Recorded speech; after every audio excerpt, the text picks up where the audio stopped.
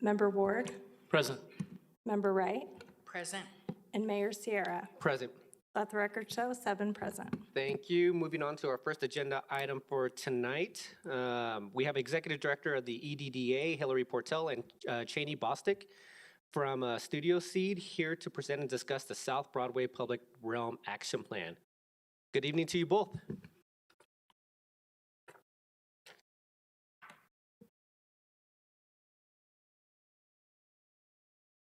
All right.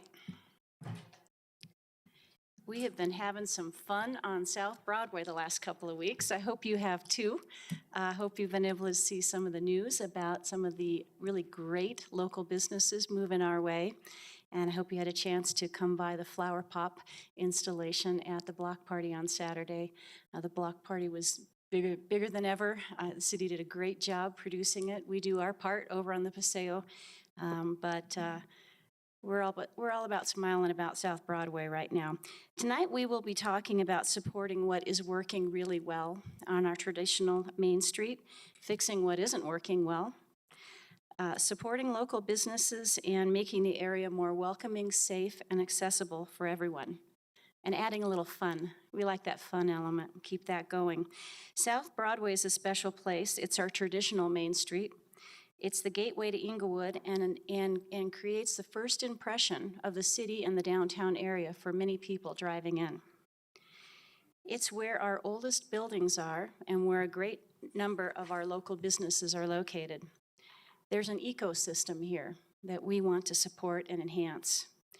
And when new investment comes, and it's here and it's coming, we want to guide it according to the community's vision, not Denver's or some developer's vision, but ours.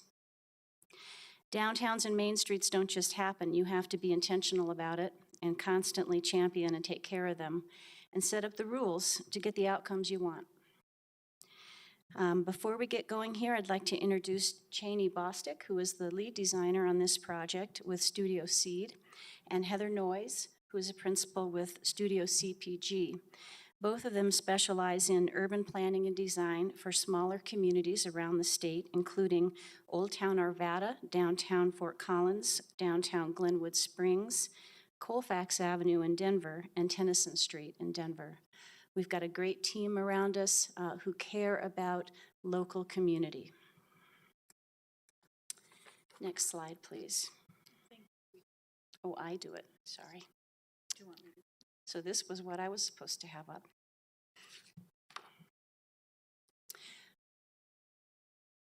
Today we'll cover the project goals and guiding principles, the need for the project and the purpose for doing it, the public engagement we've implemented to date.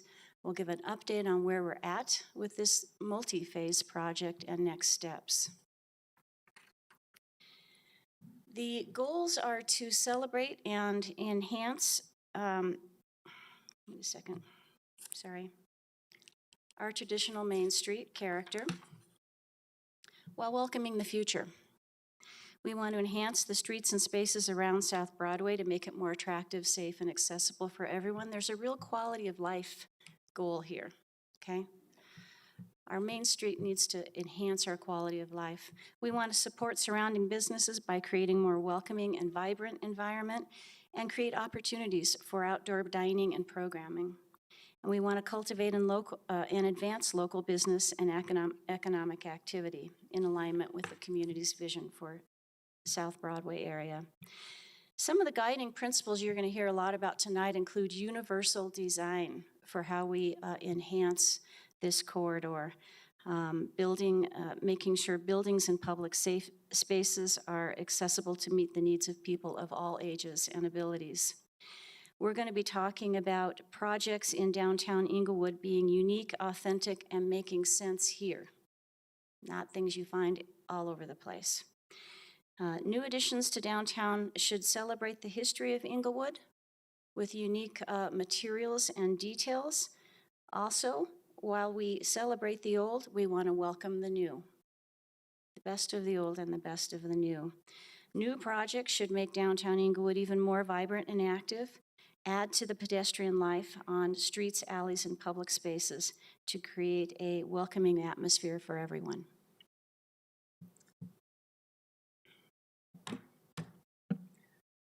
Okay, so I'll take a few slides here. Just presenting project need and purpose. This is called the South Broadway Public Realm Action Plan. So we are looking here at some inspiration, some smaller communities with historic character that kind of have some of the similar qualities that Englewood's South Broadway does in your original downtown. These were also brought up in many conversations of places in the Front Range that people like. They have that historic character. They have evolved. That's part of reality. They will evolve, but they have respected that historic and traditional aspect of their towns.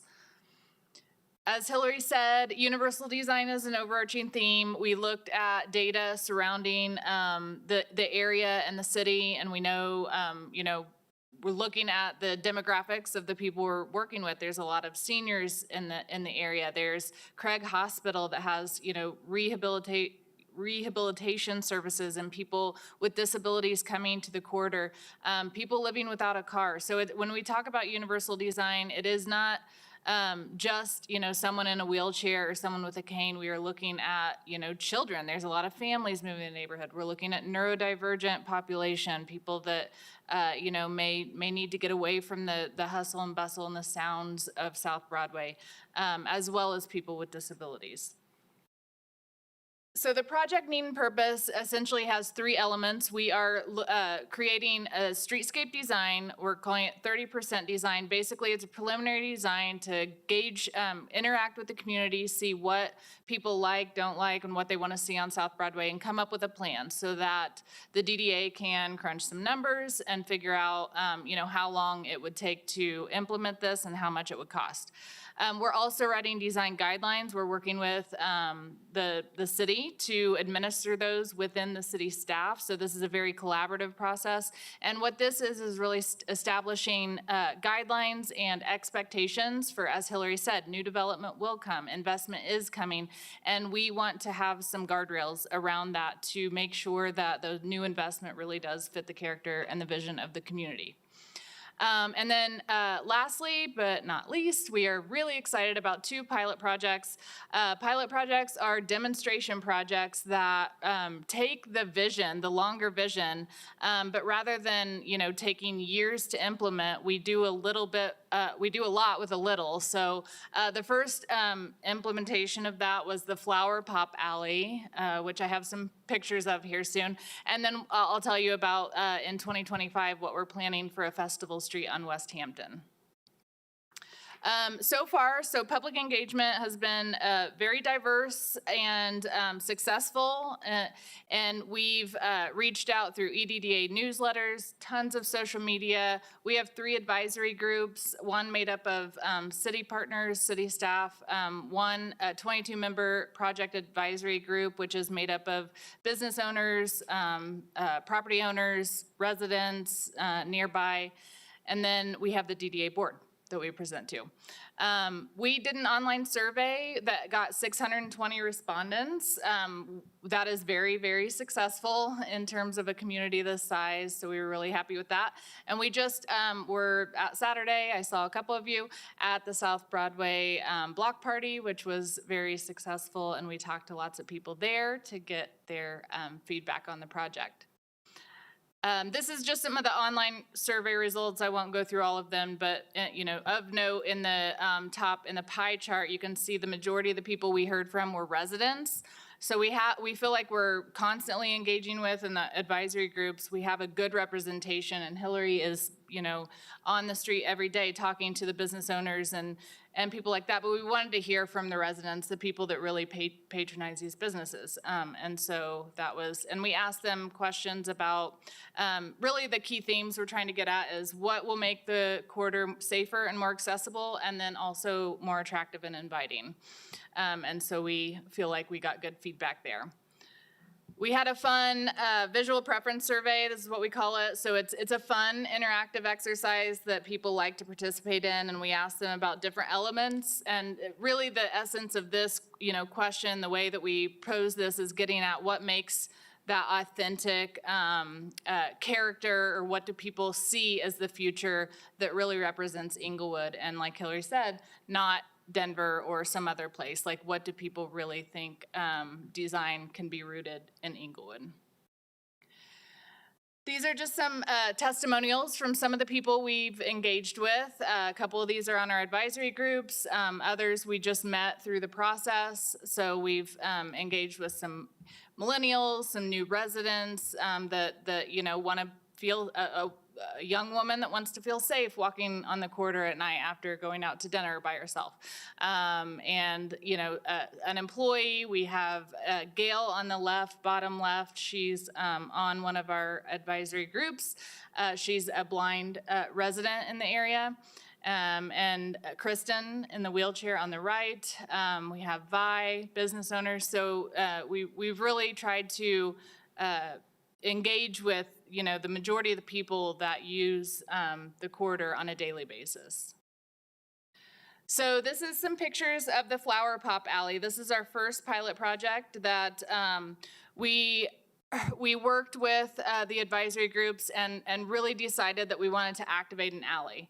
These are underutilized spaces that really have great potential. We look at places like Fort Collins that have successfully, had a lot of businesses, engage in the alley and create unique places out of them. They also are a bit quieter than South Broadway.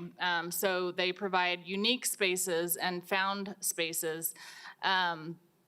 So with this project, we took the theme of yarn and flowers, being the Carnation City, and we did a call for artists, and we're so pleased with what they came back with. It fits the theme perfectly, and we got a preview of a really engaging event at the block party, and got to see this in action. It was exactly what we wanted to do with the space, so we're really happy about that. Here's some pictures of the South Broadway block party, and we were set up in the alley. We had big banners talking to people about the project, and cornhole set up in the alley. So this is exactly what we're talking about when we talk about activating, underutilized spaces and what that can do to transform really an entire district. And so the second project, pilot project that we'll be working on is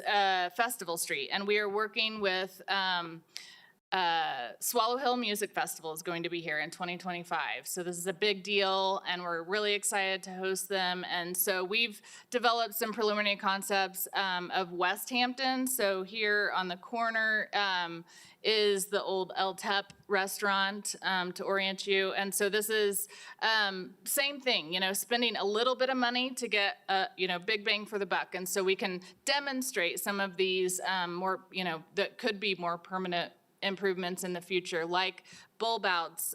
Those can just be paint and flexible bollards. We can pull flower planters out. We can do have some cafe seating to really activate the space, trying to get more people and more eyes on the space, activate Little Dry Creek as part of this. So we see this as a real opportunity as well. These are just some sketch concepts that we came up with in talking with the community and people. We also got feedback at the block party. These people got really excited about these. So I'll just on the left image is the 3200 block, and the arrow is pointing right at the Gothic Theater. This is a concept for that block to transform over time into an entertainment district and really take advantage of the nightlife that the Gothic Theater brings and make it safer and more attractive at night. Right now, when you go to a concert there, you kind of go and then scurry away because it's dark and you don't want to stay there. And so how can we think about the future? And this is, concepts on private property. These are just ideas. They're not, saying this has to be done, but we want to show the potential of what could be. And then on the right, another thing that we heard from the public was on the 3300 block where King Soopers is, because there's that blank space in the parking lot, you kind of, you don't know to keep walking, that there are other things between the 3200 block and 3400 block. So this is an idea to activate with a plaza by just removing a few parking spaces, reconfiguring the existing parking, bringing out cafe seating, hopefully getting some active uses in there. And this space could also be flexible space where you could use it for seasonal markets, bring in food trucks, but also make some permanent improvements that improves the streetscape experience. And some other concepts. So this is exciting that happened last year was the Paseo refresh, and the DDA spent some money to make improvements to that, and that's been well received and looks amazing. But we also in this plan want to think about, what's the next 5-10 years of the Paseos. And so we've got some concepts drawn up, especially, and this is a theme that came out of the engagement as well, as the East Paseo. The West Paseo is doing great, it's very active, maybe needs some organization. But the East Paseo, we have, this concept of a more contemplative sensory garden zone. So again, we're hearing more and more about the neurodivergent population. Can we create, and the West Paseo having all the cafe seating and every liveliness happening, can the East Paseo be more of a quiet zone? And can we design that to be more of a sensory space? We're getting close here, so just to go over the design guidelines, what they will cover, we want to encourage adaptive reuse, so we want to look at guidelines for encouraging adaptive reuse, reusing existing buildings, how can you make improvements to existing buildings, but again, respect that traditional Main Street character. And then new buildings also, when a new building comes along in the corridor, we want to have some guidelines around what that should look like and make sure that it fits in with that character and be context sensitive. And then we have guidelines for patios and really the public realm, like the streetscape space, to make sure that patio seating and that's where universal design guidelines will also come in here, so that projects are encouraged to think about and respond to the universal design needs and creating vibrant streetscapes. Okay, I'm going to hand it back to Hilarie here. It's also important to get the basics right. So nighttime lighting is fundamental for safety and a sense of comfort. It's one of the top priorities that came back on the e-survey from our community, that they wanted more lighting in the South Broadway area. So we did conduct this baseline survey. It shows that nearly 80% of the existing lights are on, which is great. But almost 20% of them are out or partially lit. And this is something that the Parks Department, the Public Works Department, and the DDA have been working on in the last several months and will continue to work on in partnership with Xcel Energy and private property owners. But we'll get those on. I'm not concerned about that in the short term, but I think this map also shows us where more lighting is needed. So, for example, on South Broadway between Floyd and Eastman, through that whole Gothic theater entertainment area, the lighting really does need to be filled in more along with the street trees. We have some alleys that need some better lighting, and we need to think about replacing some of the really old fixtures that are out there that are just very problematic for the departments to keep going on a regular basis. So you got to get the basics right too, and lighting is a critical part of that.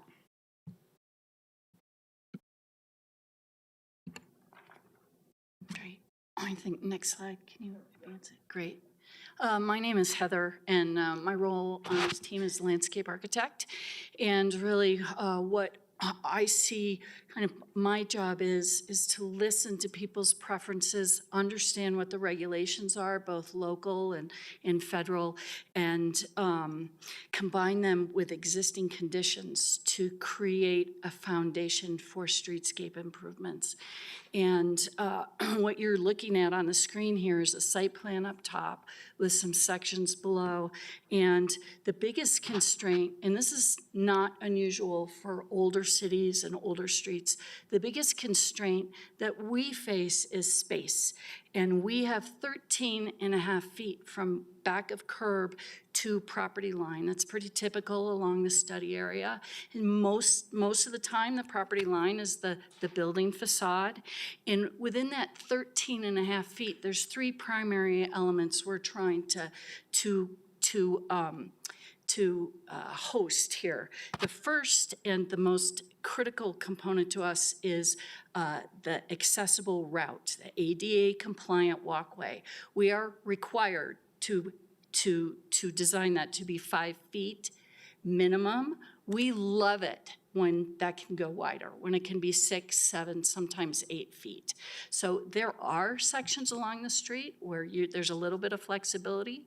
The second really critical component is what we call the amenity zone, and that's a pretty fancy term for where we're gonna put the street trees and the furnishings. And the foresters and really like us to allow and design a 5-foot section of street for a street tree. It really ensures the health of the tree, the viability, the sustainability of the tree, and also allows for furnishings. And then the third is what we call kind of extra space. So that's, you've got 5 feet for the sidewalk, 5 feet for the amenity zone, and then 3.5 feet for outdoor dining, for public art, for those kind of components that bring vitality and life to the street. So these different pieces can toggle back and forth, and you can go wider, you can go narrower, you can go have a wider sidewalk where you don't have a street tree. So there's lots of opportunities and different ways that we can combine these elements to improve the pedestrian experience and improve pedestrian safety along the street. Next slide, please. And this is just a really quick glimpse at some of the furnishing palettes. On the left, you'll see a more kind of traditional classic palette that is in response to the existing pedestrian lights out on the street. We want to keep those and integrate those and supplement that palette, but then there's an awful lot of opportunity for what we call pop and color. And the images down below are just suggestive of different ways that we can introduce fun and whimsy and funk and unique elements into the ground plane, so that would be your paving, or into vertical surfaces. And here along the street, there are opportunities in the form of fencing and seat walls and medians. And I could talk about all of this for hours, but we're out of time, so I'll turn it back. I'm calling it traditional with a twist.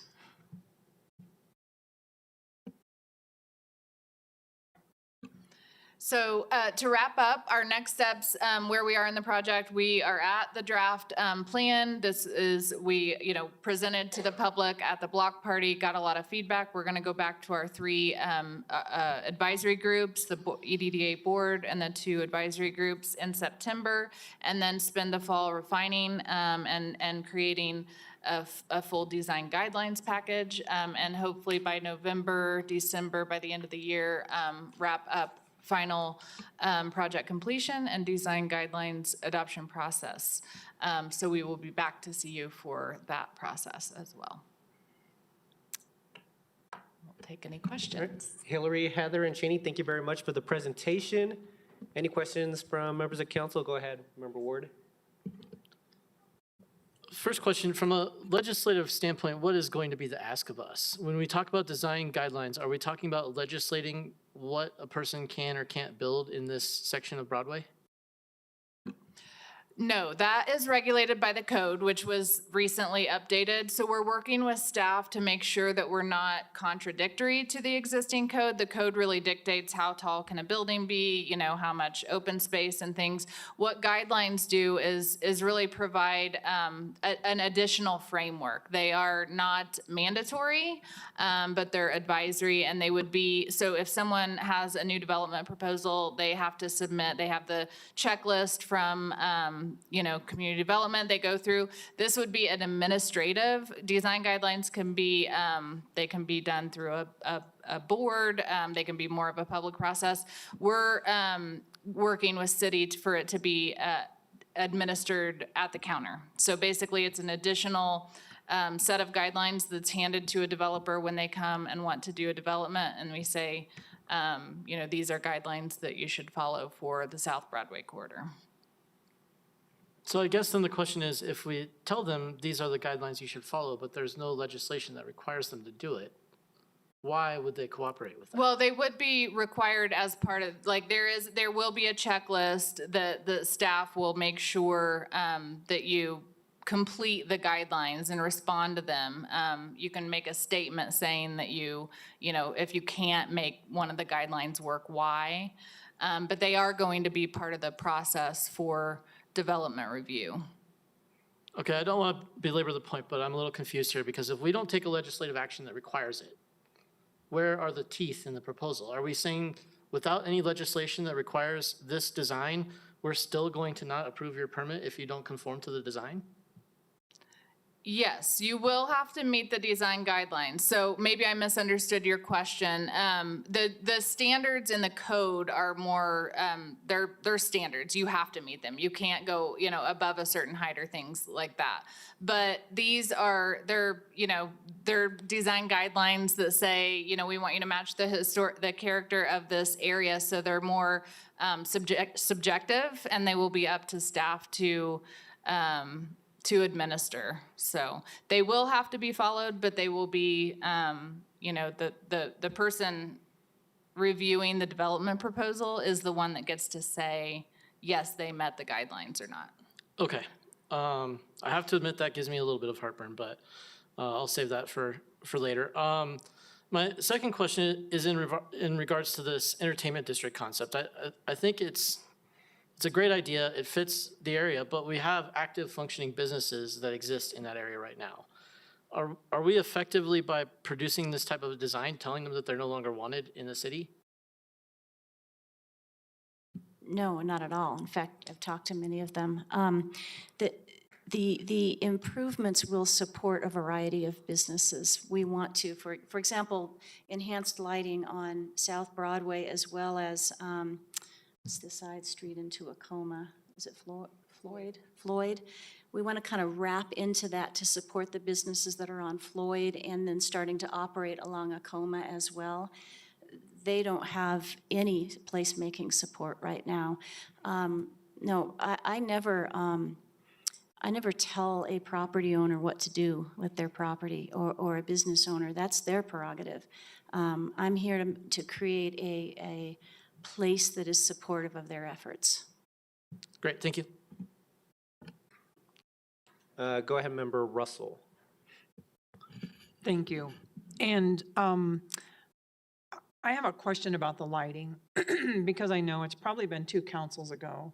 We looked at replacing a lot of lighting downtown in that area, but I think we were only going to do, and maybe we only did the 3400 block, and the 3300 block kind of got left out. Is that probably correct? And then I think also they were supposed to put some new lighting down in this area too. I don't know if that got done. Are we going to have the money to fill in all of those, and will we be able to use the same lights that we got back then? So this project is only focused on the South Broadway corridor, the map that we showed earlier in the presentation. Yes, you're right. The existing Acorn lights on the 3400 block are relatively new. We think, let's keep them. They look great. They support that kind of local identity, but let's extend them all the way up to the district boundary at Eastman, and also try to get the side street gateways into the Main Street area. There are a number of really old fixtures, the ones that look sort of kind of Victorian with the big white bubbles. Those are the most problematic now in terms of maintenance and upkeep and vandalism. So it would be very nice to upgrade those to the Acorn lights as well. All of them would be LEDs, so there's a sustainability element as well. But yeah, our intention would be to address lighting in the study area in this project. Okay, I would greatly appreciate that, because we originally were supposed to get rid of all of those old Victorian lights. Oh, okay. And because of the very thing you talked about. So anyway, thank you for that. Member Wright. Thank you, ladies.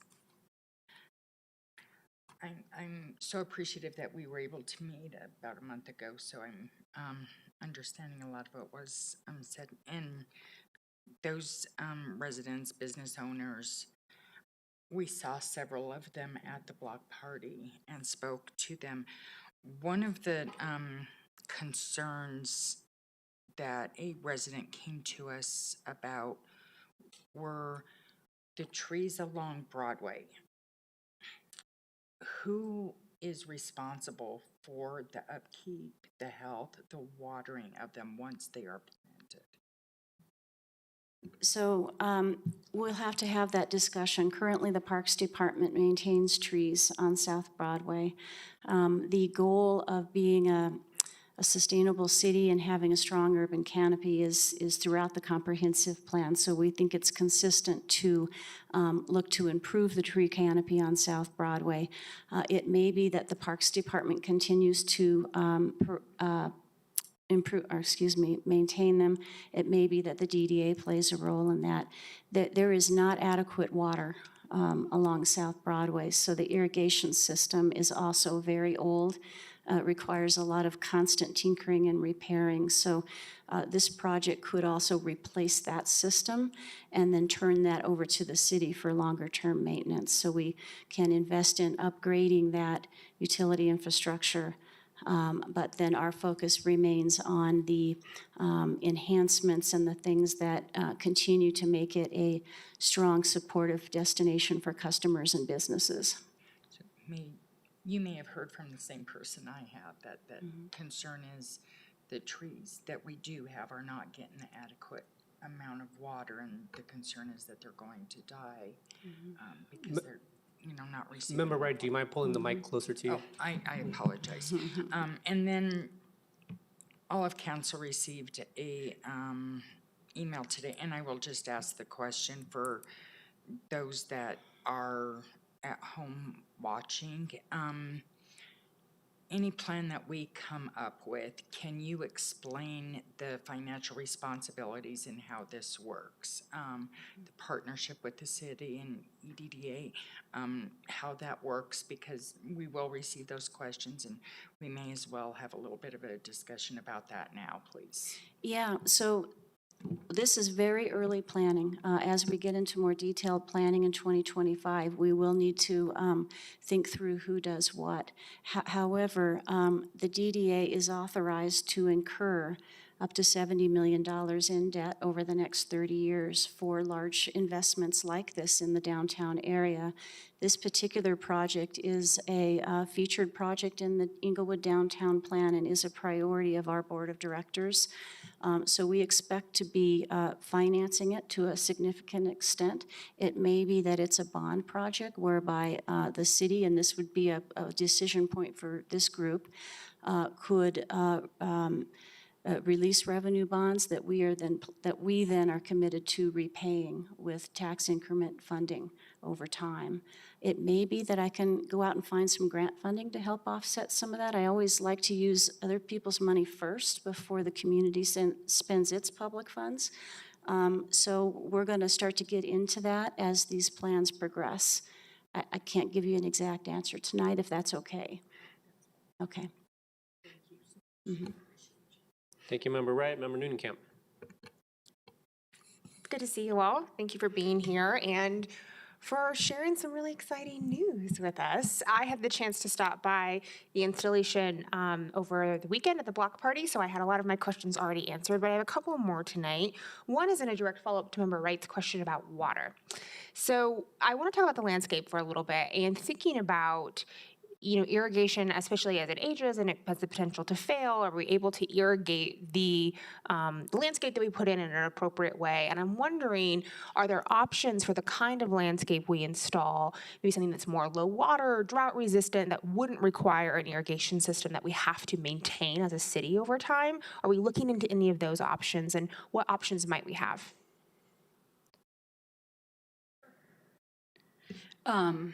You do have options.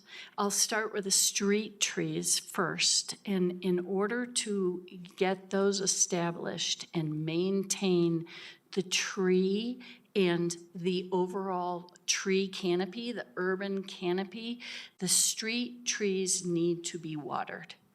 And there are places in the site plan that is evolving where we're supplementing the street trees with what we refer to as xeric planting. So there's smaller perennial beds, and our experience is that we like to use the irrigation, we'll leverage the irrigation system that's going to be installed for the street trees to establish those plantings.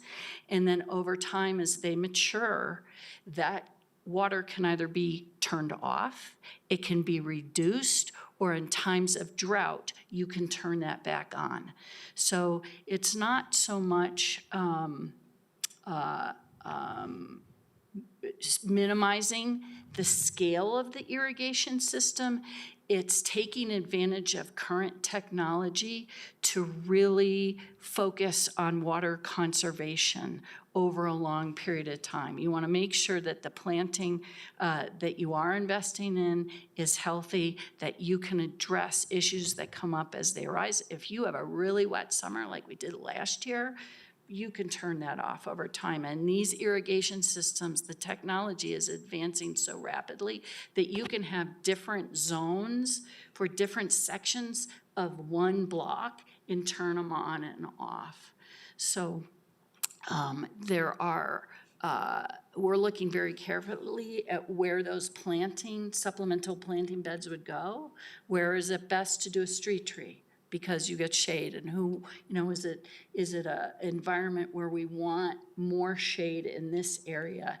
And do we have enough room to accommodate the accessible walk, a wider accessible walk? Do we want a wider accessible walk in lieu of a wide planting bed? So these are all questions that come into play as the design evolves. And we like to say right now we're at about 15%. We've got the preferences from the public, we've got existing conditions, and we're really trying to start to fine tune it. So at the end of this phase of the project, we'll be at roughly 30%. So that's a long-winded answer, but great question. No, that's wonderful. I appreciate it. I'm also very interested in other technologies around rain collection or other things we can do that limit our need to rely on an irrigation system that will age over time. So I'm excited to hear more as the planning continues. My next question, and maybe this is an offer for now because we don't know, but this I think gets a little bit to what Member Ward was speaking to around design standards, and you had mentioned the desire to preserve historic buildings on South Broadway as well as new buildings matching the character of the street. I'm curious, are there specific things that the city can do to help support that effort that you do not see currently in our code, or are there other legislative actions that the city could make that would help support this work, or do you feel like you're able to accomplish the vision that we've seen tonight within our current code? So there are some modifications to the zoning code. We did a zoning code audit, and there are some things that we've recommended be modified. However, we know that you just went through a gigantic code override, so we don't want to, stir the pot necessarily. We want to work within the framework of your existing standards and build upon them to make them better. And the whole discussion of design guidelines, how they can be implemented, it can be a bigger thing where there's a design review board. However, we also didn't want to go that route and have to create a board at this moment. That's all up for discussion. If that is the best path forward, I'm sure we can look at that. When we talked with city staff, it was desired that we keep them in-house and that they have the ability to be administered by city staff just to keep it pretty low maintenance. I agree, that sounds very efficient. But I appreciate the answer and am eager to hear what partnership might look like over the next couple of years on this kind of work and what we might be able to do to help make this possible. So that's all I have, thanks. Any further questions from members of council? Go ahead, Member Pring. Thank you. Thank you for the presentation tonight. So I'm thinking about some of the proposals and the design.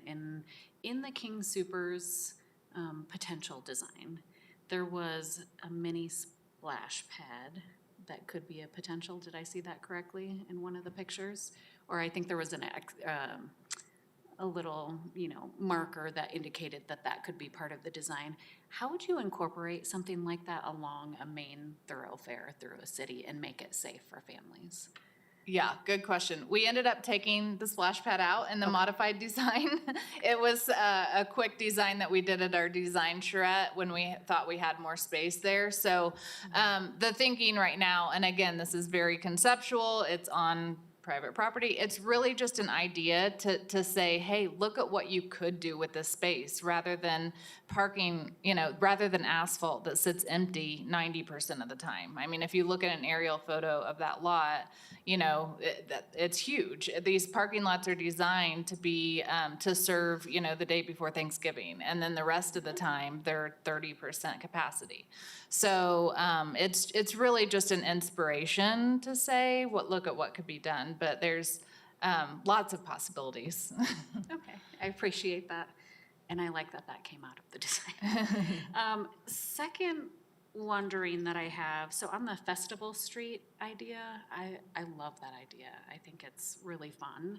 I think people loved being at the block party. I talked to so many people that weren't even from Englewood that were coming into Englewood to come to our block party.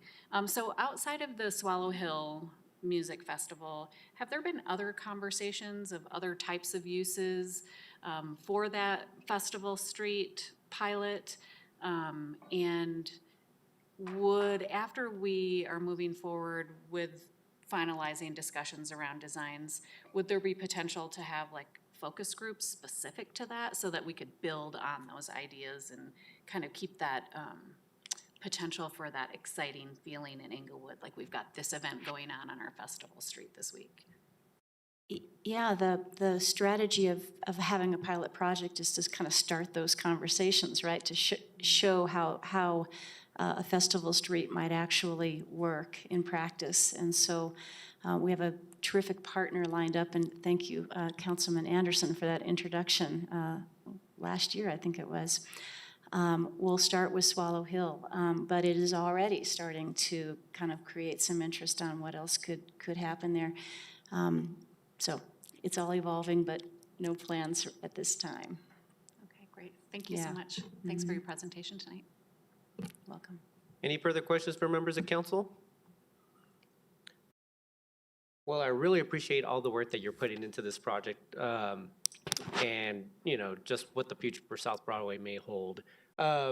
Really appreciate all your time tonight, Hilarie, Heather, and Cheney. I didn't write down Cheney's name, but I just remembered it. But thank you very much for the presentation tonight. Looking forward to continuing the conversations in the months ahead. So thank you. All right, we're moving on to the next study session item. It's Director of Finance Kevin Engels and Budget Manager Jennifer Nolan here to talk about the 2025 draft operating and capital budget.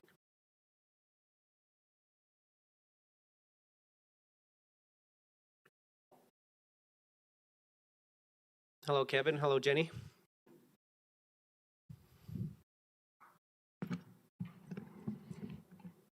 Good evening, Mayor and Council. As the Mayor mentioned, this is a follow-up to the August 12th proposed operating and capital budget review. There were some questions that came out of that, and we have a little bit of additional information for you tonight. And then we'll get back into the discussion. We're going to look at the calendar again, and then we'll review the questions that came up at the last meeting, and then we'll move into the discussion for this evening. So here's the calendar. We're in the third quarter there. Again, we're following up on the August 12th presentation. So we'll be looking for directions for the next step, which is getting prepared for the September 16th public hearing. This is the capital calendar. Once again, we're in the final stage of that as well. So we've prepared this budget anticipating some lower sales tax growth.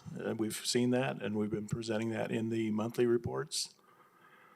We tried to focus on just a minimal increase with some one-time investments into pilot programs and some initiatives that tie into what council has established and the strategic plan. Staff has created 2 proposals for you to consider tonight. One is a base budget, only including enhancements that we believe are needed for safe and efficient government. And the second option includes option 1, plus 3 staffing enhancements, some additional information technology enhancements, and a few other smaller enhancements that do have some level of revenue offset to them.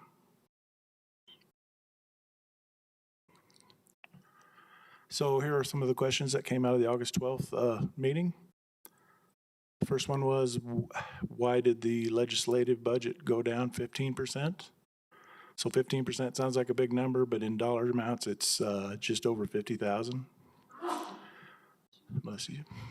So we've got 20,000 for affordable task force funding that does not need it again in 2025. That was a one-time item. The 20,000 for some audio visual assistance that is now handled by staff in IT. And there was a small reduction in memberships and dues. So that makes up that reduction. So another question was, why did contractual services in the general fund drop by nearly $1.5 million? Well, it's not quite $1.5 million. You'll see the revised slide there. There was a discrepancy in the council communication memo versus what was in the actual presentation. So you'll see that revised slide. Some of that included personnel costs that should have been in contractual services. So the actual reduction was just under $1 million, but here are the reasons for that reduction. The biggest portion was one-time projects that were completed and do not need funding going forward. You see the biggest ones there were the ARPA funding, Tri-Cities Homeless Action Plan, and the Class and Compensation Plan. There was also some reduction in professional services. You've got the sustainability program that moved from the hazardous waste cleanup to the At Your Door program. So there's some savings there. And then you have the all health contract. Those services are now provided by staff in the police department. About $150,000 of the reduction is for items that departments requested but did not make it into the final budget proposal. And then we identified about $73,000 that we could fund outside of the general fund. So primarily the donors fund is going to be able to pay for those 2 projects. Some capital related questions that came up. One was potentially repurposing a couple of the requests. The first one was the second floor carpet replacement. Staff reviewed that request, and staff and the city manager are now recommending that we fund half of that request. Public Works believes they can handle the most critical issues without replacing the entire floor, and that can be handled with half of that request. The second one was the common area furniture. And staff is recommending that we try to make that part of the overall facilities and operation request of $1.5 million. In case there are some savings there, they could be repurposed for the furniture. So we'll be removing the $15,000 request.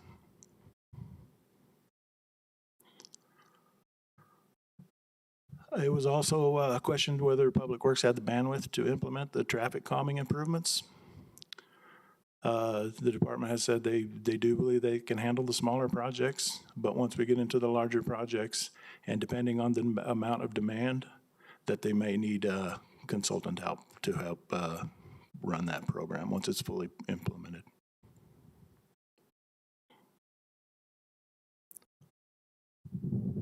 There was a question about the annual allocation for replacing PCs. And our IT department has provided some additional information there. Typically, about a quarter of our PCs are replaced each year, so that's about a 4 to 5 year cycle. Some of the reasons they cited, one in particular for next year, is that Windows 10 operating system will no longer be supported, and moving to Windows 11 will require new hardware.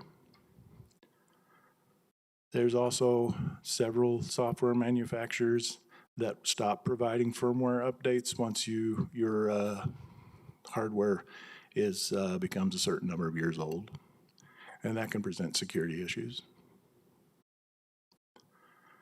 Some other issues they identified were just impacts on customer service, downtime, new software doesn't run as well on older machines, and also a significant amount of time fixing older machines.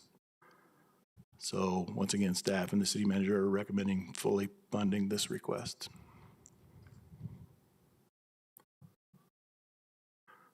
Now this one is a change from the August 12th presentation. This is the energy efficient project.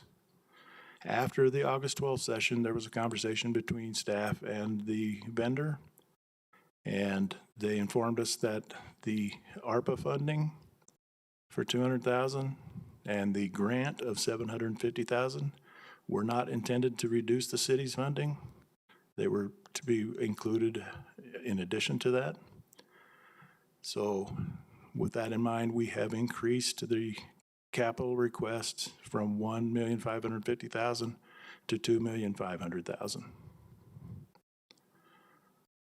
And here is the impact on the general fund balance, including that additional $950,000. You'll see in red there that transfer out, that's the additional amount. And changes the net change in fund balance to 4.4 million, leaving 15.6 million total fund balance. And the breakdown of that, 15.6 million, you've got your Tabor emergency, that's restriction, and then a small restricted amount from the stadium refund. And maintaining the unrestricted reserve at 16.7% or 11.8 million, that leaves an unassigned fund balance of 1.4 million.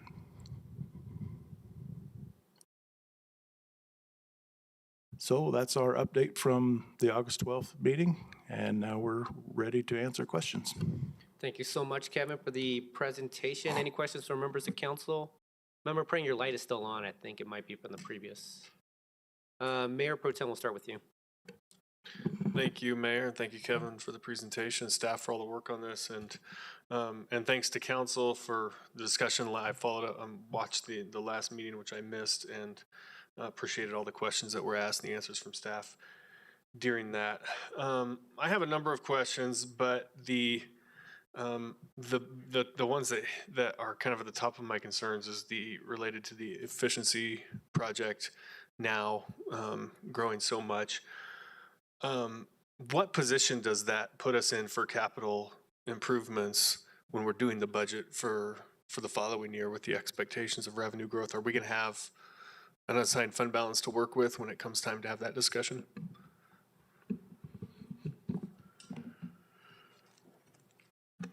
We've got our Public Works Director up here. He's going to help answer some of these questions. Yeah, good afternoon, Mayor and Council. Thank you for the question. Moving forward, the energy audit project is inclusive based on the analysis from our consultant Year Out Energy. It's a multi-year project, so specific to the Year Out Energy efficiency, we don't anticipate future capital requests. No, okay. I think my question is probably more for budget-wise for Kevin or for City Manager Lewis. Sure.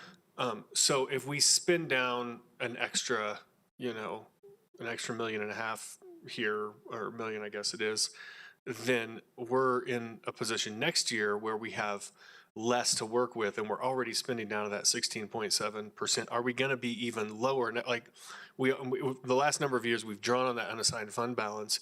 If we deplete it even more this year, then are we going to be in a position where we have to forego doing capital improvements in subsequent budget cycles in order to meet those?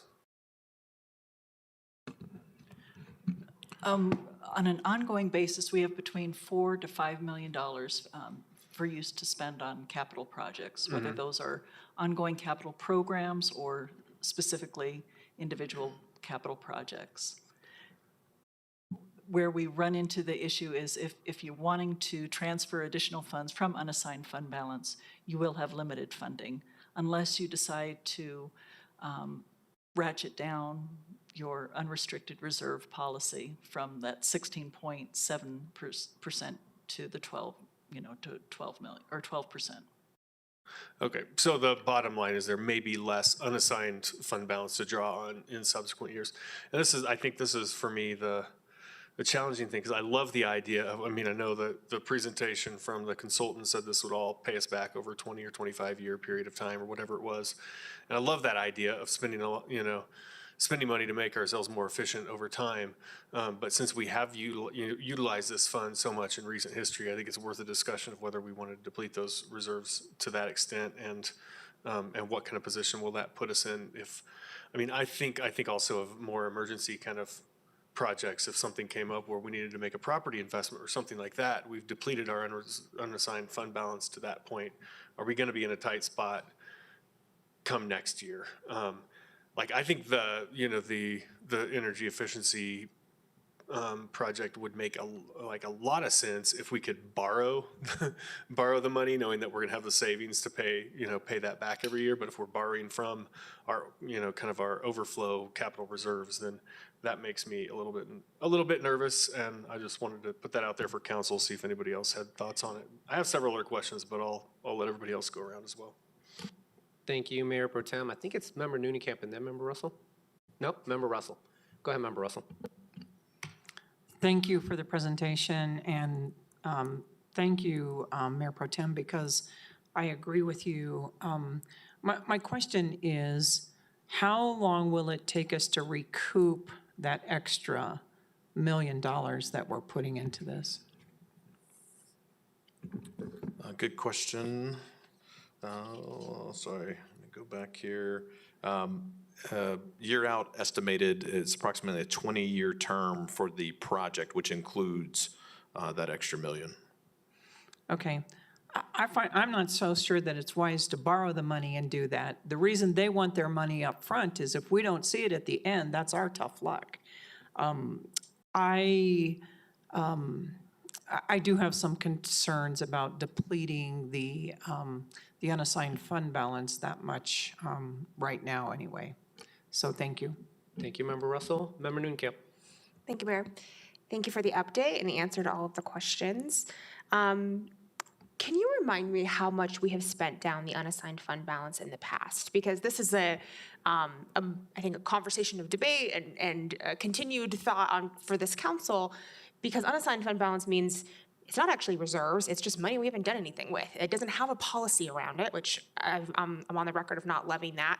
And we're not borrowing money, we have the money. It's up to us to figure out how we want to allocate it in the best interest of the city. And I recall, was it in 2020 or 2021, there was a huge capital investment. It was 9 or 11 million, and they spent down the unassigned balance. How low have we gotten in the past? So thank you for that question. Yeah, since 2019, council has allocated 22 million for capital. That's without the 25 request. I went back to 2014. 2016, our unassigned fund balance was $2 million in that year. And it's bounced around between 2 and 11 million since then, so. So 1.4 would be probably a 10-year low, but not dramatically different than where we were in 2016. Correct. Okay, that's helpful. And do we have a projection of what we think it might be in years out, how much it might build back up? Or is that too hard for us to project at this point? Well, it's difficult, depends on a lot of national and international and Federal Reserve interest rates. We do typically return between 2 and 3% of our budget each year, so that's more than $1 million. That's not necessarily as dependent on the economy, because that's spending that we control a little bit better. So, yeah. Okay, I appreciate that. And then I have an unrelated question, and I know that this is on brand for me, but I want to talk about the carpet. I walked around the second floor today, and I tried to see where I could trip on the carpet, and I do not doubt that there are ways we could do that. And I also know that we have invested in tiled carpet, so we could replace just certain tiles instead of the entire carpet. How does replacing some of the tiles equal $50,000? Educate me, help me understand why it's this expensive. Sure. The primary couple of points there, good question. One, not all, but a large portion of the carpet has been discontinued. So if we were to replace certain tiles, we would need to do larger portions so that it made sense from a style and pattern standpoint. But it also includes courts and the community room. It's not just the lobby out there. Courts has recently run into some challenges with tripping hazards, and the team is patched and glued down in the most professional manner as possible. However, it is continuing to pop up and be a challenge. So it really comes back to the quantity and not just one square, because the carpet's discontinued and we have, I think, maybe 3 or 4 panels left in stock, and that is it. So it's a very limited supply of the existing conditioned carpet. So can you walk me through what areas would actually be replaced? The entire community room, the entire court, and how much is that? Originally, the quote was for the community room, the lobby, and the court. With the reduction to 50,000, we would try and isolate the high priority areas, which would be mostly the entrance from the second floor garage and then around courts, and find logical areas to terminate that so that we don't impact the broader scale. Okay, thank you very much. You're welcome. I'm just going to ask a quick question because, Kevin, I think you started to answer. I just want to just verify that what you answered was my question. So I know that every year at the end of the year, once we finish up the books for the budget, there's a certain dollar amount that normally goes back into the unassigned fund balance.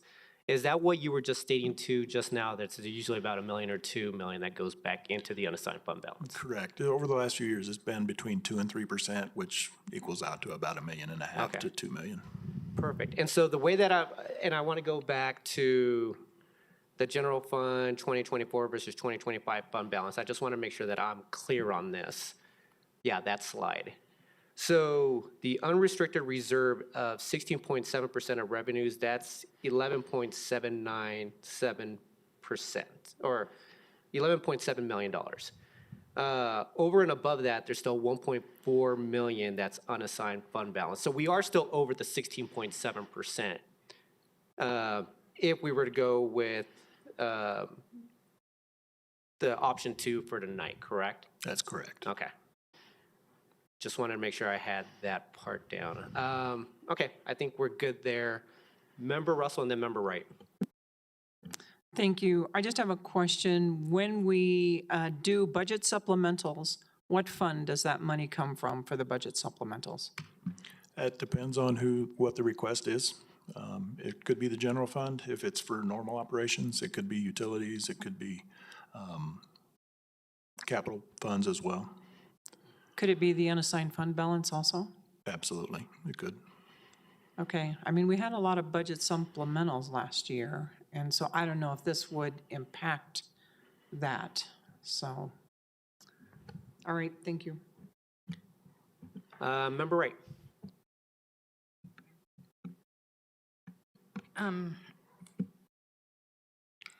Couple of clarifying questions. For the carpet, is any of those squares need to be replaced on the 3rd floor? I know I've tripped up there myself. There are a couple of locations on the 3rd floor that have been identified. They have been patched. And again, we would utilize as much of the existing inventory as possible so that it was isolated and minimize cost. So we would need to look at the scope of each location and then evaluate. We are not anticipating that at the moment, though. Okay. And then can you explain for me, Jenny or Kevin, the difference between the unrestricted reserve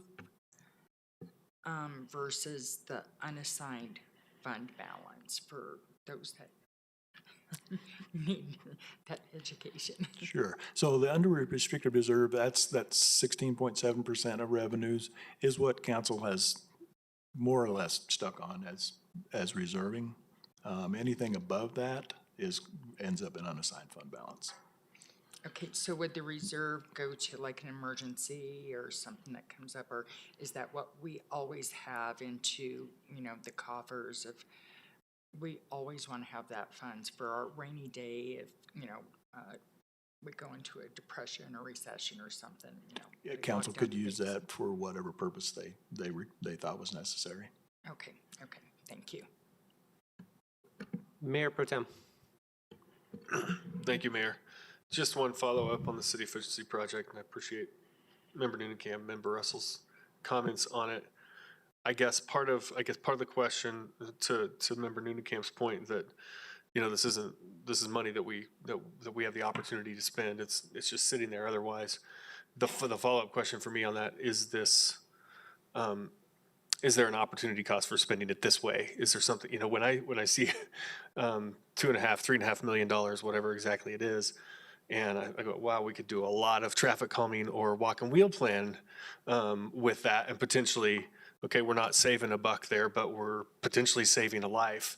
I don't know, maybe it's better to do it this way and then spend on the walk and wheel plan, traffic calming over a number of years where we're making up that money in the efficiency. I can see the logic there too, but I do feel like there's an opportunity cost of spending this big of a lump sum on this project right now. So I guess that's my concern. It's not, I don't have as big a problem with spending it down that much as, is it the best way to be spending it, especially when we're discovering at the last minute this is an extra $1 million. Thank you, Mayor Pro Tem. Actually, I have a follow-up question just because I know that we kind of discussed this early on, but in terms of the priority for the city in terms of what's in the year-out energy efficiency program, like where do you rank that, Director Rochelle, in terms of just the immediate needs of the city? From the perspective of compared to other capital projects? Correct. Okay. Yes. Yeah, thank you. So going back to the July presentation that Year Out did, and I can certainly send this to you, to council, they had a slide that documented things that were deferred maintenance and things that were end of life. So it's really that end of life component that is, I would say, critical. And we're trying to spend wisely and leverage energy efficiency and end of life replacement so that we're going to replace it anyways. Let's do it via this method, get the energy efficiency and payback. So from that perspective, I would say those particular projects rank pretty high up there because we're going to have to replace them one way or another. We also combed those against the facilities, Public Works facilities list, and made sure we didn't have that number in there twice. They're totally separate and not accounted for twice. So from that viewpoint, I do believe a large majority of the year-out projects are high priority because we have a lot of HVAC that are at the end of life and some transformers that are pretty big ticket items that are at end of life or beyond, and we're kind of band-aiding to the point where they're unrepairable at some point in the near future. Thank you, Director Rochelle. I'm sorry, go ahead, City Manager. Sorry, if I can add to that. Yeah, I think one thing that we probably have not done a good job of explaining is that this particular project is really related to a lot of things that we need to do anyway that have had deferred maintenance. I think we've got one critical facility that will be unnamed that doesn't have a generator. And that if we went down, and I think that this project is going to fund that generator. The other thing to keep in mind is that based on the ARPA restrictions, we put $200,000 into that. Number one, that has to be encumbered this year, although we could, reprioritize that into council if council would like to. But this actually fit into the criteria of ARPA, which is why we put this here. And so we're really trying to leverage funds to do a lot of things that we already need to do or that need to be replaced. I mean, LED throughout the city is something that, we could see significant savings over, the next several years, decades, if we would start making some of those transitions. But certainly, staff is open to council's directive in terms of reallocating this if that's something that you all want to see. Right, and I think what I was just trying to point out there was that I know that we've had many discussions about this program specifically, and it wasn't just, we started with a bigger list, and then we narrowed it down to what are the items that are going to be coming in front of us over the next several years that we should be taking advantage of this program and ARPA funding in order to get this, solved. So if we don't do it now, it's going to come in front of us over the next few years. So thank you very much for that clarification, Director. Go ahead, Mayor Pro Tem. Sorry, Member Wright.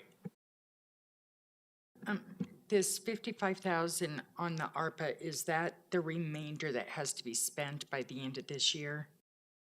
It's the remainder. It has to be encumbered by the end of this year and spent by the end of 2026. 26, okay. And there are certain criteria as to how it is spent, correct? So it's a pretty broad availability of what we can use it on. This is something that council earmarked at the initial allocation of the ARPA funds, so. Okay, thank you. And Mayor Pro Tem. Thank you, Mayor. Yeah, thanks for the further explanation on those, the efficiency project and the fact that it will be covering some of those needed improvements anyway. And I do remember that in the discussion when the consultant presented on that as well. So I think it kind of makes me go, whoa, but I get it. Like, I think it's important to spend the money on those things, but I appreciate the discussion and the feedback on it. I did have a couple other questions on the traffic calming stuff. I think it was $100,000 for a traffic calming plan. Is that accurate? And can you explain to me what the traffic calming plan would entail? Is this a consultant drawing up drawings for where we're going to make the traffic calming improvements, or? Yeah, great question. Thank you, Mayor Pro Tem. So specific to the traffic calming, the $100,000, there's a couple different things going on around traffic and traffic calming and Vision Zero within the city. This particular ask is associated with the neighborhood traffic calming program. To develop the program, communication, public outreach, website, and helping staff develop the criteria and what that toolbox looks like. Independent from that, there's also in the list here, thank you very much. Try and spot it real quick. Okay, yes, line 9 is the traffic calming program. Line 10 is implementation of traffic calming, either A, via the program, or B, things staff are already working on. And then at the same time, there's also a citywide transportation plan on line 19 that is looking more broadly at the city's roadway network and transportation network, not just at need for turn lanes, traffic signals, but also traffic calming and how that plays into that, truck routes and all those kinds of things from a big picture standpoint. So there's multiple things going on at the moment around Vision Zero, traffic safety, traffic calming, but the 100,000 specifically to your question is identified to develop the neighborhood traffic calming program itself. Okay, so this is not a consultant deciding or coming up with different areas. This is actually the communications, how are we going to staff the traffic calming improvements? Is that? And great question, and that was one thing that was earlier in the slides. There was a question very similar to that about what is Public Works bandwidth to handle implementation of traffic calming. So we believe we have the bandwidth to handle those smaller projects, one from an analysis standpoint, but two, also implementation via our traffic operations. Kind of that I'll call small to medium and larger projects. We will need to engage and manage a consultant to help us implement design and then go out to bid for a contractor to do those types of projects, whether it's bulb outs or additional signalized crossings, things of that nature. Very good. I think that answers. Oh, the one other question I had on the traffic calming, we had some citizens come, of course, talk about Dartmouth, but also Oxford. Are those projects specifically in here, or are those just general? Do they fit within the traffic calming program? How are we funding those projects? Sure.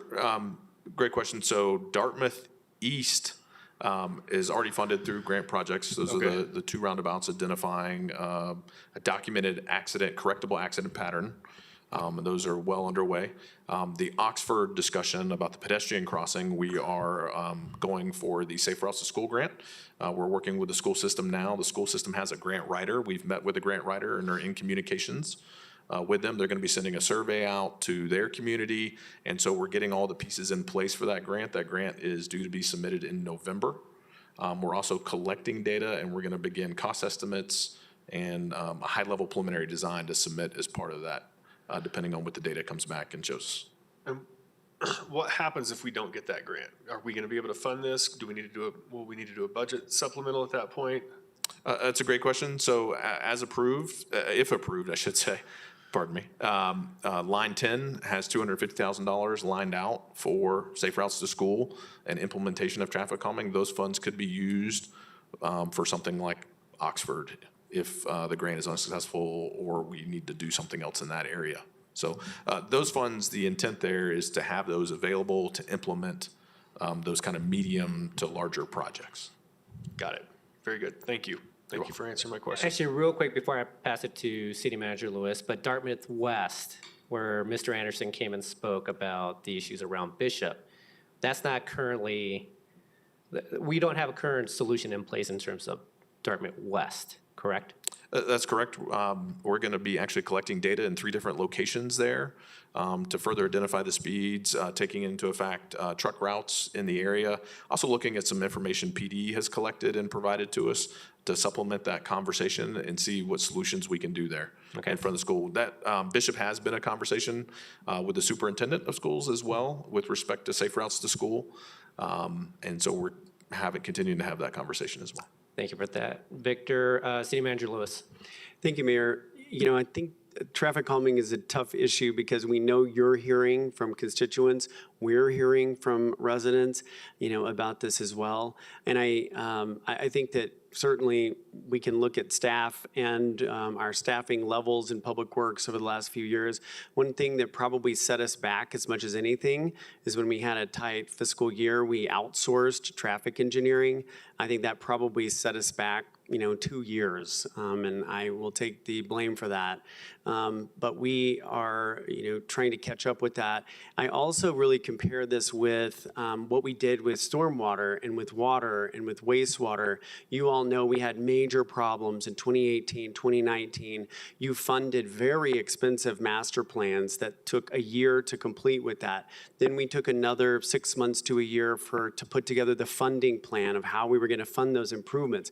And then in year 3, we started implementing, and that's really where we are now, is in about year and a half, 2 years of that implementation.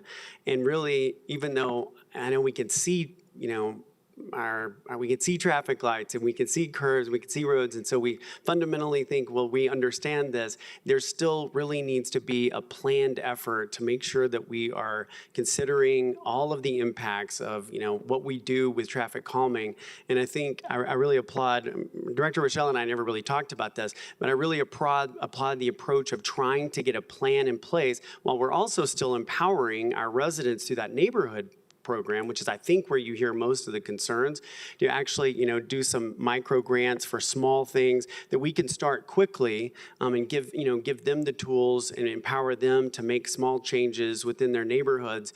But really on this larger scale, larger topic, I think that the approach that we're showing you through the budget is a much more planned, measured, you know, not incremental. I think we'll see a lot happen, but I think we need to get the plan in place first. Thank you very much, City Manager Lewis. Any other questions for members of council? Go ahead, Member Ward. I just want to go back to the PC replacement, $125,000. Have we investigated changing our architecture to a thin client-based architecture so we don't have to constantly replace hardware? It's one of the things that I would like to see at least looked at or investigated. I just don't, hearing the way that our employees use their computers, some of our employees, they all need to check email, but some of them don't have any needs beyond that. And so replacing a PC every 4 years for an employee that uses it to check their email and occasionally look something up on the web doesn't make a whole heck of a lot of sense to me. So I think there's an opportunity there to look at some perhaps more sustainable, less expensive options for a population of employees that doesn't require an actual fully functioning desktop PC at their desk. And a virtual PC environment might work for that. Thank you, Member Ward. Do we have Joe online or? He is, if you can answer that, Director Eisenbart. Yeah, good evening, Mayor and Council, Director Eisenbart. We have not explored the thin client options at within the city at this point. I do recognize that there may be some users who only use their PCs for email. However, I would argue it's probably a very low percent. But certainly that's something we can look at going forward. It's just not something that we have explored to this point. Thank you, Director. I was going to ask a follow-up, but we'll just go to the next. Anything else, Member Ward? No? Was a Member Noonkamp up next, or? Joe's been talking a lot. Go ahead, Member Noonkamp. Thank you. Just as a point of clarity, because a lot of the questions that the Mayor Pro Tem is asking about traffic calming, I also asked on the 12th when we discussed this, and we talked about the traffic calming study session, and I believe that that's calendared for September 9th. And then the public hearing of the budget is the 16th, and then the budget workshop is the 23rd. So if we have more information from you on the 9th on traffic calming and what is possible, we could then amend anything still within the budget around traffic calming after we have that additional information. Is that correct? Yes. Yes, that is correct. Yes. That's helpful because I do still feel like I want that information before I feel really confident about where we are on the CIP. I really appreciate the city manager's points about master planning and about putting, a thoughtful approach together. And I would love some easy wins on some low-hanging fruit as well. And so understanding what is possible, even helping me understand, the Oxford Safe Routes to School project, do we have a ballpark of how much that will cost? And does the 250 even cover it? Some of those things will be helpful, I think, for me in the decision-making process, as well as some of the other interventions that we're looking at and what those costs might be. So especially if we're considering spending down another $1 million out of the unassigned fund balance, I would like to know kind of how much bang for our buck can we get on the traffic side of things so that we can help weigh the pros and cons of those. The other thing I would just add before I'm done is I'll say that on the energy efficiency project, I hate being surprised by another $1 million needed. I don't think anyone enjoys that feeling. And it feels like an opportunity for us to have a real moment of leadership in the city, because this is the one capital investment that's different than all the other ones, is that we can recoup our costs here. Everything else, when we build it, it immediately starts depreciating. And this feels like a unique opportunity to do something potentially a little bit bold, but I think that can pay off. So I'm inclined to support it if I can feel confident about our other investments. Thank you. Real quick, I would just like to apologize for the surprise. There was a communication between the consultants and our city team that resulted in that, so I apologize. It happens. I'm sure that was not your desire either. It absolutely was not. Thank you, Director. Mayor Pro Tem. I just wanted to just make note of the fact that the walk and wheel plan implementation is in it this year, and thanks to staff for that, as well as I know P&Z and ETAC and probably the budget advisor. Everybody weighed in on it, and I know we've had several years in a row where it's just like couldn't quite get it in there. So really thankful for that, and more generally just thankful for all the work that's gone into the budget, and look forward to finishing this discussion up here in the next month. Member Prang. Thank you. Just circling back around to the energy efficiency conversation, I just want to make sure I understand where we're sitting.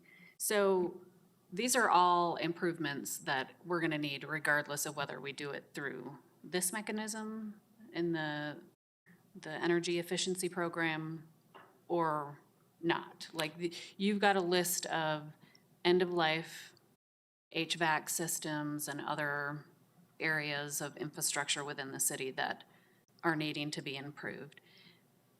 Do you have a sense of, from that end-of-life list, like how a percentage of improvements that are needed that are truly dire, like that we could, if we were not to approve the budget in the way that it's presented through this program, where we would potentially have like emergency situations where we're having to replace things at a much higher cost. Yeah, thank you for the question.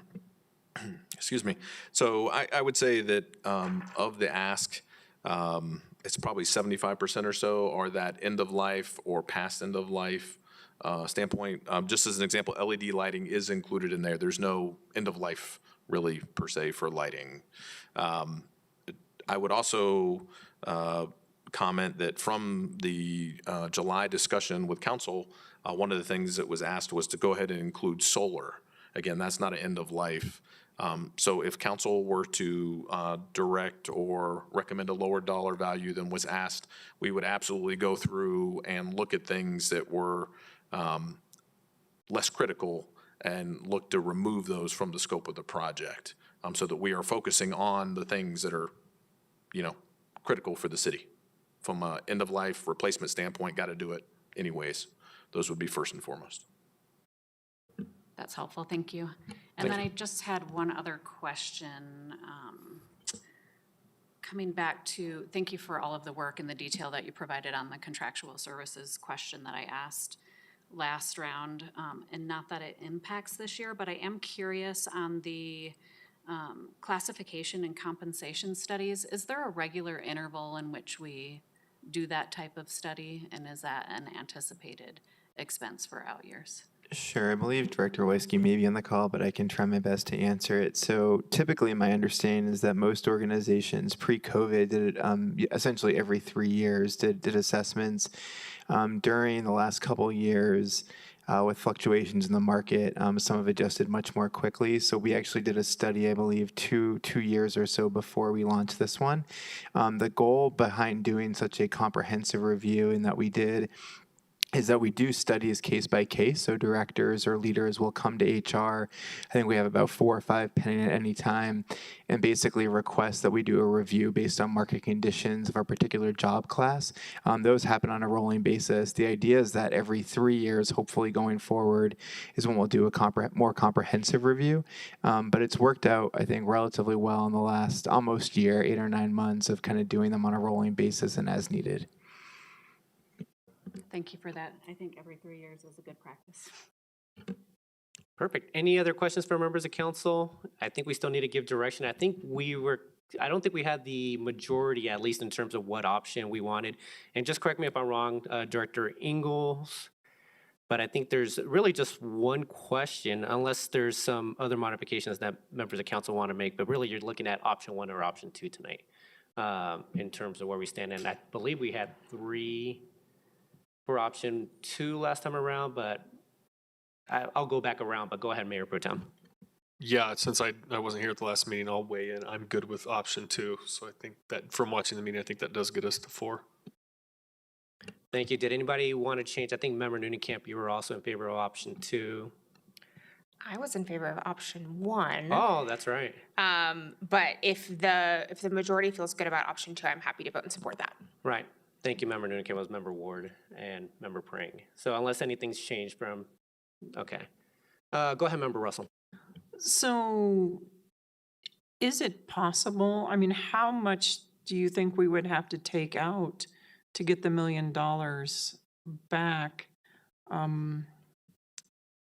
mean, is solar something we wouldn't necessarily have to do right now, right? Or is that something we would do right now? Thank you for the question, Councilmember Russell. As the request stands, solar would be included. If council elected to go for $1 million less, the total solar is estimated at roughly 1.4 million. So again, going back to my earlier comment of we would focus on the more what I'll call critical plus high efficiency projects, we would look at solar and some of the other projects that are not replacement and look to maybe remove or significantly reduce those from the scope. Okay, thank you. Go ahead, Member Nunenkamp. Just to follow up on that question, I'm trying to remember the details of the presentation a couple months ago. if we were to remove solar, wouldn't that have an impact on the financial analysis and our ability to recoup the costs? And also, does that not impact some of our access to grant funding? It would. We would be seeking grant funding, and we do expect solar to pay back because we're generating electricity. I apologize, I don't have the exact number, but those are very valid comments. So we can't, it's not like it's not in a vacuum. We can't just take the solar out and expect everything else to still pay for itself on the same rate and in the same way. It's all part of one analysis. We would have to redo the analysis to see what it would be without the solar. Is that correct? That's correct. Okay, thank you. Member Ward. Remind me, Director Rochelle, what facilities are planned for solar enhancement? Solar was identified at ERC, the Recreation Center, and Broken T. And the plan is for the city to own those solar? That's correct. Okay, thank you. Any changes based off of just the last couple of minutes or, and actually, trying to think of what my question was. So Ms. Nolan, can we go back to the calendar? So we are, I'm just trying to figure out where, come on, where's that calendar at? So there we go. So the proposed budget, September 3rd, which is next Tuesday. Then we have the public hearing on the 16th. On the 9th is when we're going to be hearing back from Director Rochelle about the traffic calming measures. So on the 9th, we would be able to direct staff to make any changes at that point, which will be reflected in the public hearing documentation, correct?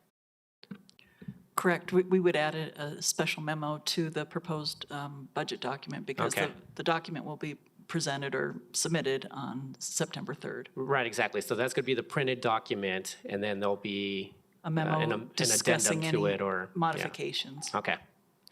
All right. I just wanted to get the timing right, so thank you for that, Jennifer. You're welcome. Member Wright, go ahead. Thank you. I would like to take the Tri-Cities Homeless Coordinator out. We had asked for information from the other two cities. I believe the contract is up. We're in the 3rd year, is that correct? About the renegotiation and some of the questions I had asked previously is Littleton is bigger in size of population and area size on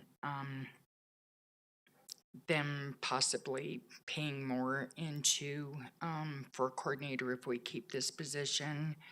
I'm not sure what Sheridan may be able to do more because their resources are a little bit tighter, but I feel that with everything that Englewood does as far as our resources and helping those that are homeless, that are the other cities that participate in this can do other things possibly. So I think that when it comes time to renegotiate this contract, if it continues, I think that that's when we can allocate the monies if it moves forward. So I would like this to be taken out. Thank you, Member Wright. Is there, go ahead, City Manager Lewis. Thank you, Mayor. I was just going to add that we did make that proposal to Littleton and Sheridan. We have not heard back. And just one point is that it would actually result if we split it by population and Sheridan paying a little bit less. They're actually paying more based on the size of their city. But we have made that proposal. I would mention that Littleton and Sheridan have both committed, at least verbally in meetings, that they were planning on funding this in the next year. But we are still trying to push that funding split discussion, but understood. I understand if you wanted to put that off until that question is settled. Thank you. Any other members of council would like to see that item removed from the budget? Go ahead, Member Russell. I would be okay with removing it until we heard from them. Thank you, Member Russell. Anyone else? All right. We only have two at this point. We could obviously have that discussion again on the 9th if we're going to be looking at potential changes based off of Public Works. So I don't see a majority for the item for tonight. So we'll keep as is. Any other items while we have Jennifer and Kevin here, as well as Victor? All right. I think we're, Member Noonan, go ahead. I think I just want to add a hearty thanks for staff. The budget is a marathon, not a sprint. This is a lot of work and a lot of responsiveness to the questions, which I really appreciate. And I want to make sure I don't underemphasize that tonight. So thank you very much. Yeah, thank you very much, everyone. Yeah, thank you very much, staff, for all the work that you put into this. We'll be discussing this again next Tuesday when we get the actual printout. But yeah, thank you very much for your work. Yeah, we'll be speaking about this over the next month, so thank you. All right, moving on to the next agenda item. Kevin, you have one more thing to cover, so.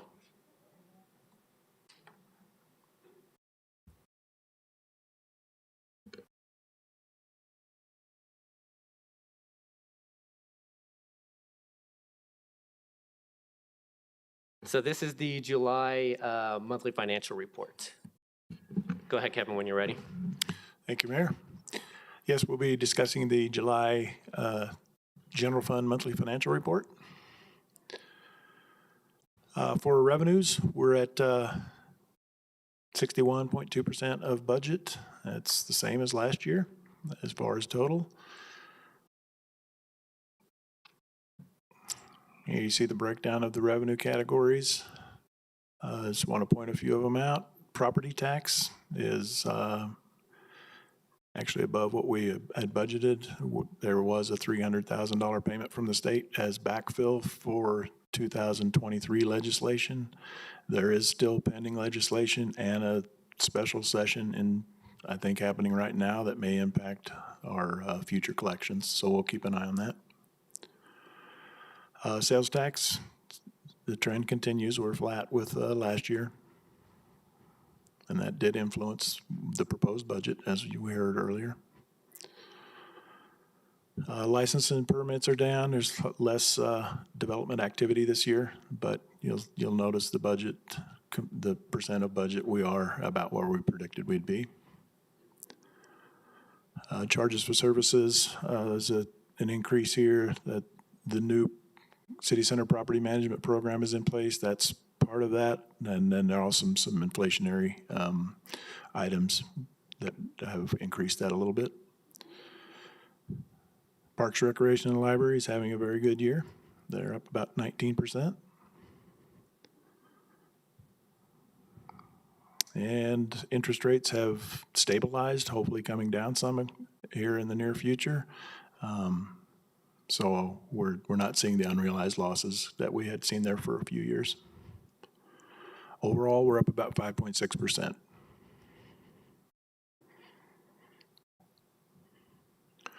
For expenditures, we're at 54.9%, so a little bit below budget. That compares to 56% last year at this time.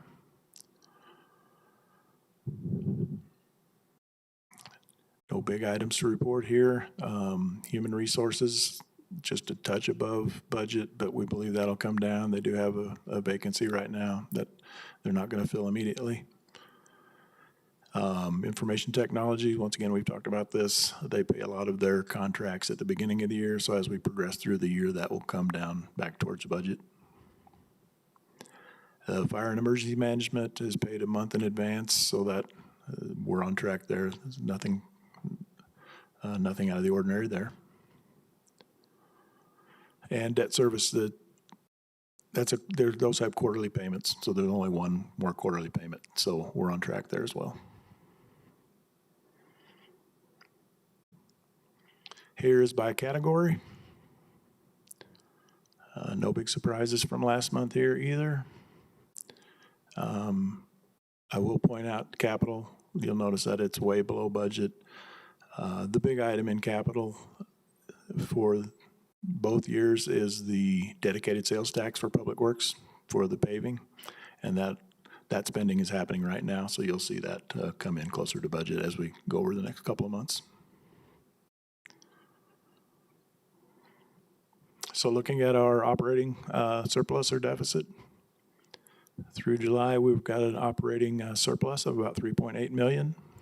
That compares to 5.7 million last year. We do, as you might recall from the presentation earlier, we are expecting that surplus to be close to flat or zero at the end of the year.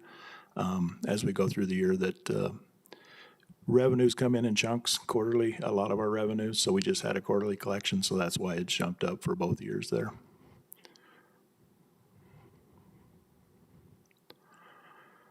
Here's your transfers, and once again, we note there that council has transferred out 22 million from the general fund for capital since 2019. So we've taken advantage of those good years. And fund balance composition, we've got a beginning total fund balance of just under 25 million. If you count operations and the transfers, it's a reduction of about 635,000 for an ending fund balance as of July 31st of 24.2 million. You see your restrictions there, your TABOR, a little bit of long-term asset reserve, some ARPA spending that's in process right now. That'll get us down to that 55,000 at the end of the year that you saw earlier. A little bit of restriction still from the stadium refund. And your 16.7% reserve is at 11.9 million as of July. And that leaves an unassigned fund balance of about 9.6 million. And once again, we're expecting that to come down to about 6 million at the end of the year. The rest is just by area slides, so I won't go through those, but I'll be glad to answer any questions you have. Director, thank you very much for the presentation. Any questions regarding the July update? You're very succinct tonight, Kevin. Thank you very much for that. I don't see any questions. So thank you very much for covering that item as well. Great. So, Thank you. All right, everyone, should we take a break before moving on to the next agenda item? So 10 minutes, 10-minute break, 5-minute? We'll take a 10-minute break. So if we could come back at about 7:55, we'll be good. Thank you, everyone.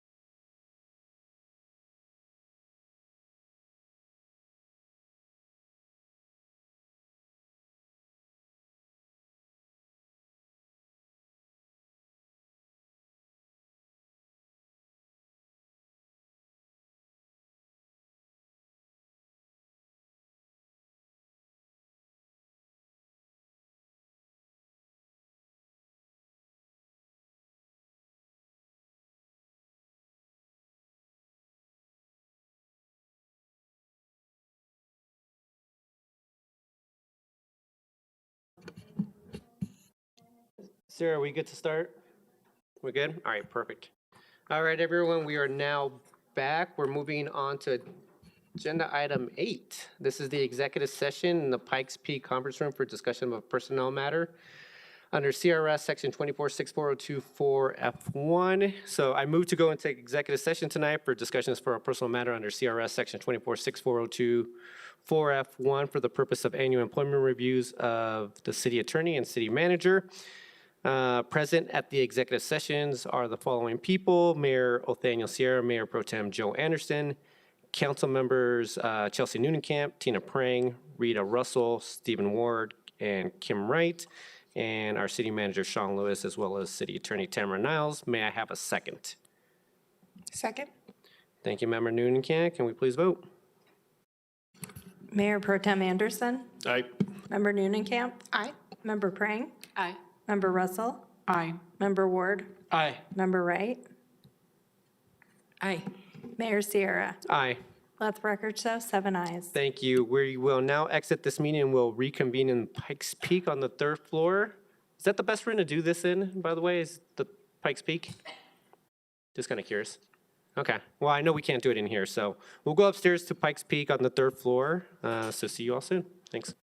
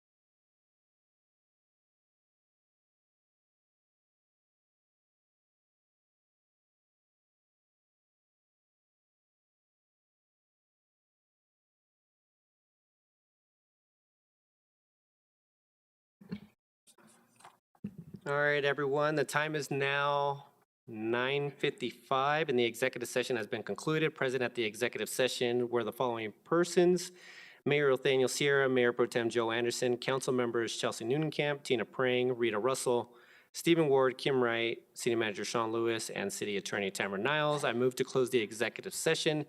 May I have a second? Second. Thank you, Member Prang. Can we please vote? Mayor Pro Tem Anderson, Aye. Member Noonenkamp, Aye. Member Prang, Aye. Member Russell, Aye. Member Ward, Aye. Member Wright, Aye. Mayor Sierra. Aye.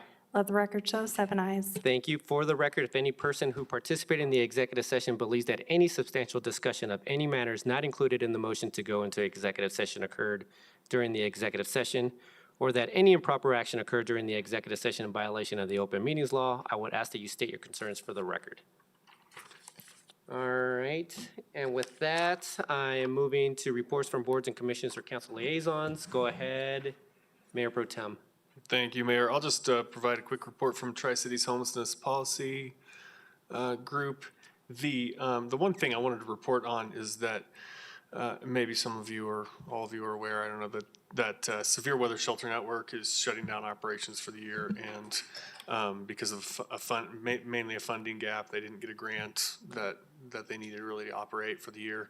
So Hatforce is stepping up and hiring Christy, who was previously leading Severe Weather Shelter Network with Lynn Heising, who's now left that organization. And so Hatforce, I believe, is going to hire her, and they have some grants in place, and there's a little funding gap that the city's already helped some with out of our Tri-Cities funds, and maybe some more if they can't get some of the money they were hoping for from DOLA, then we'll fill up the rest of that gap. But we're really trying to work hard on the policy group to make sure we have a severe weather plan in place before the severe weather, the winter weather starts. And I think we'll be there. Plus, I believe another organization is also potentially going to offer kind of a backup plan for severe weather sheltering. So I think we'll be in in a good place, but there's kind of a scramble at the last minute to try to put that together. Thank you, Mayor Pro Tem. Member Noonenkamp. So at the library board meeting last week, we received a readout on the children's program at the library, and it just continues to be incredibly powerful to see how our librarians are creating a space for young people in the community who have, in many cases, nowhere else to go, but also a place where they feel like a deep sense of belonging and love the library. If you want to be inspired and see the hundreds of children that the library is currently serving, both in our public school system, in our community, and in our homeschool community, please check out that meeting. And the library will be having a used book sale starting September 12th through that weekend in the downstairs atrium. Perfect. Thank you, Member Noonenkamp. All right, and council member's choice. Go ahead, Member Russell. On a board and commission, the Water and Sewer Board met a couple weeks ago, and I actually was going to bring this up even in council member's choice. There was the very first thing on the agenda were 6 properties that originally it was going to come up for a vote, and I thought this is a no-brainer. We're violating code. And so apparently in the process of Code Next, in subdividing properties, it means that properties will now have to have the water and sewer lines go over other water and sewer lines, which is against our code. And so they decided to table it and bring it forward next month for a public hearing. I think that we need to look into this. I know that Xcel Energy will not allow gas lines to go over each other from property to property. So I think that there may have been some things that fell under the radar when we did Code Next. So I'm thinking that we need to look into this and see about the legality of allowing that to happen. I think there were 6 properties that have applied for subdividing the property, which would involve that. Right. So I think that's something that we need to look into. Thank you, Member Russell. I missed the very first part of that meeting, so I missed the reasoning behind it. So I know about the public hearing. I was there for that. But City Attorney Niles, are you aware of the issue that is being brought forth by Water and Sewer? No, but I was just emailing the Deputy City Attorney, Okay. Victoria McDermott, to follow up and investigate. Yeah, I'd like to get a little bit more information about the issue that, I'd like to get a little bit more information about the issue itself and just find out how we can solve for it, but go ahead, Member Russell. Okay, I appreciate that. Yeah. I think it's something that we probably should at least look into before this comes forward next month. Correct, yeah, the second Tuesday of next month. Okay. All right. Thank you, Member Thank Russell. you. Member Wright? Thank you. A couple of things. The first thing is I would like this council to consider and for consensus for us to create a grant for our 501c3s, a grant process to supply cold weather vouchers. As Mayor Pro Tem just mentioned, severe weather is no longer with us right now, and Hat Force is taking over. One of my concerns, and the reason I'm asking for this, is unless Hat Force is going to be extending their hours, they currently will be working from 10 to 1, Monday through Friday, and they will not, and I've confirmed with them, they do not start until October 1st. Anyone that's been in Colorado long enough knows that we could have a blizzard in September or those extreme cold times, or a storm in September where we could need to do sheltering in September. During those times on the weekend, we could have severe weather occurrences. So it's going to be a taxing year, I think, with severe weather network down. So I'm asking for consensus that the city manager come up with, I don't know, some kind of a grant that our partners within the city that are other nonprofits during these other times, that maybe our police, could work with other nonprofits where if they need to do a hotel voucher or something like that, when Hat Force isn't available, we could work with these other nonprofits to help those that are outside, be able to help them out. So that's what I would ask for this council to consider, please. Thank you, Member Wright. Do you have a question on this? Because I was going to ask a question as well. Go ahead, Mayor Pro Tem. No, go ahead.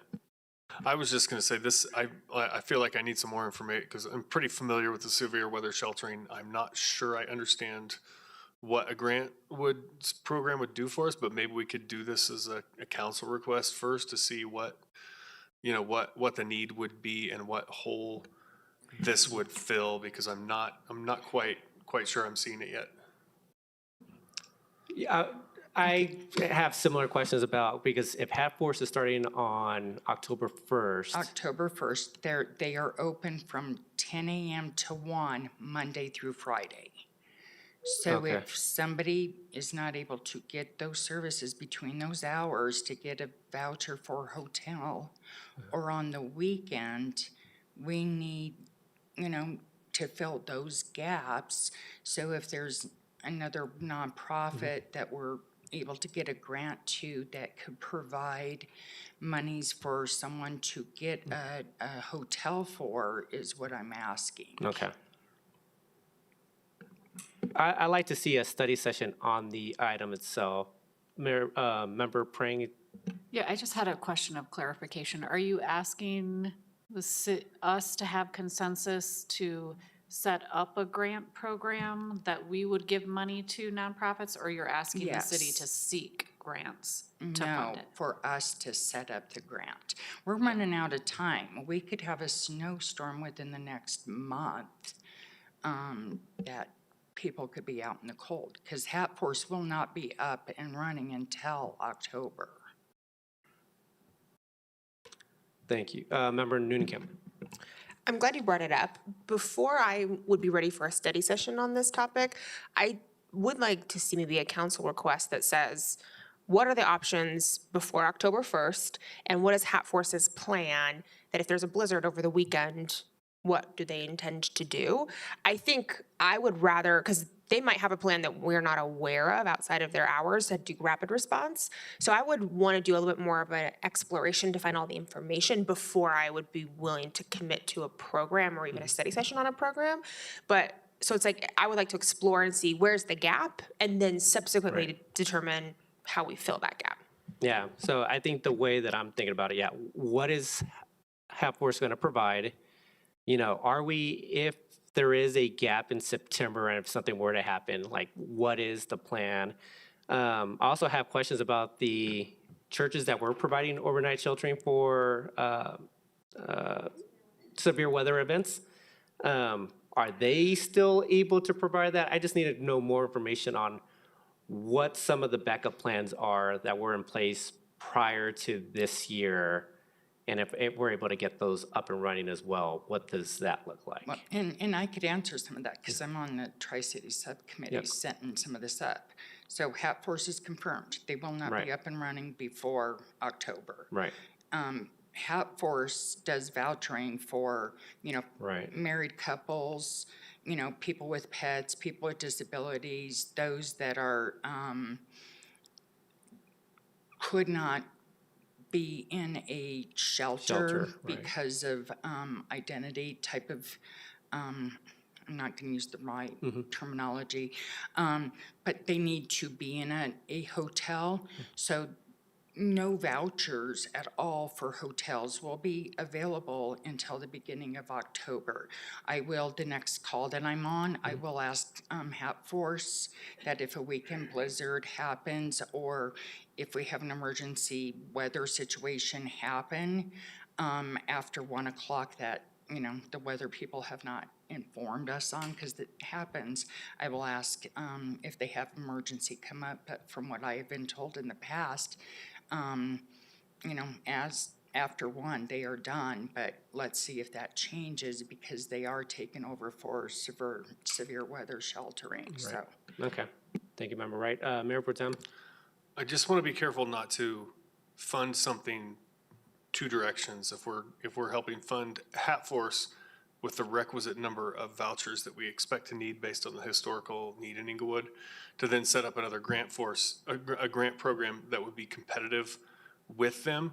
If they're not utilizing the vouchers that we're funding and because they're not open at the right hours, then that's a separate problem we need to solve. But we don't need to provide more vouchers when we're already, you know, funding something to the extent. I mean, that was my understanding, is that the funding that has already been set up through the county, potentially DOLA, and the cities for Hat Force would provide sufficient vouchers to meet the demand that we've had in the past. And so then to set up a different grant program that would compete with that seems problematic. It sounds like maybe we need some solution, if what you're saying about Hat Force is true, about scheduling and access to those vouchers. But that's slightly different than funding another another grant program. Thank you, Mayor Pro Tem. Member Noonan-Kemp. I was going to say, I don't doubt the information that you have. What I think would be the most efficient and frankly timely, since you do rightly say we're on a timeline here, is to ask staff, you know, if there's a blizzard before October 1st, what would we do? In years past, we've opened up Mally. We've had our police out on the streets helping people. Like, what would our response be for them to help us identify what the gap might be? And then to the other questions, you know, what is Hat Force's plan if there's a weekend and all of those things? I think staff can do that exploration for us much faster, and they can determine what Hat Force will offer and then what the city could offer. And then once we know where the gaps are, we could see, is further action needed? Or we might actually say, oh, actually, we have a really great plan. We don't need further action. I would like to start there before we spin on a whole new grant program. I agree. Thank you, Member Noonan-Kemp. Okay. Anything else, Member Wright? All right. I got 2 items, just real quick. One, I wanted to let council know I'm not sure who made the request, but we were going to look at vacant buildings. And Sean, feel free to jump in here at some point. But we took it off the study session item. And the reason being is that as part of the budget, we're not funding the position that would be responsible for what we were considering for vacant buildings. So I can't recall which council member made this request.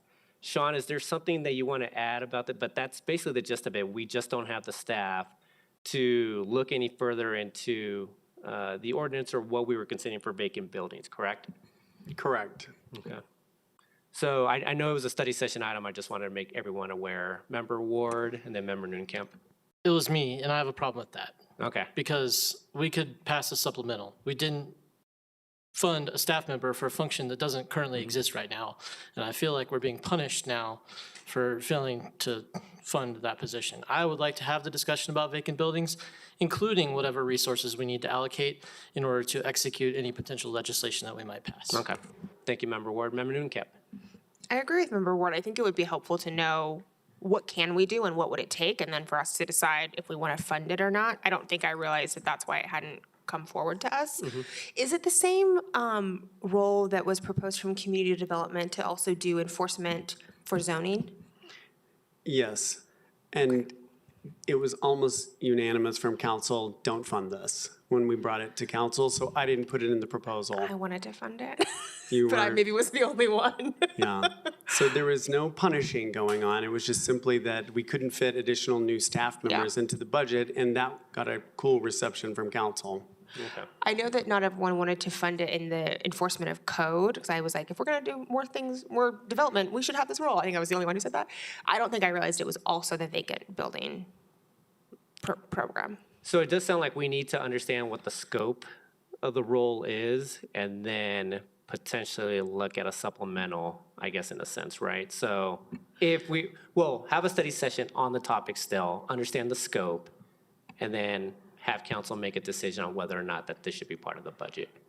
Speaking for myself, I would like to better understand, 'cause I don't think the proposal ever got to us in a study session. I don't think we ever had it, right? No, we didn't. So I would like to better understand, is the juice worth the squeeze, essentially? How, how much revenue would it generate? Do we think it would actually resolve our vacant building issue? If so, is it worth the investment? What are the other ways we could staff it with an FTE or with a contractor? I'm open to that discussion. I know it's a little late in the game for this budget cycle, but that would be my preference. Okay. Anyone else want to see it, understand the position a little bit better? We only have 2 members as of right now. I could be the third to look at the scope of it. Oh, go ahead, Mayor Pro Tem.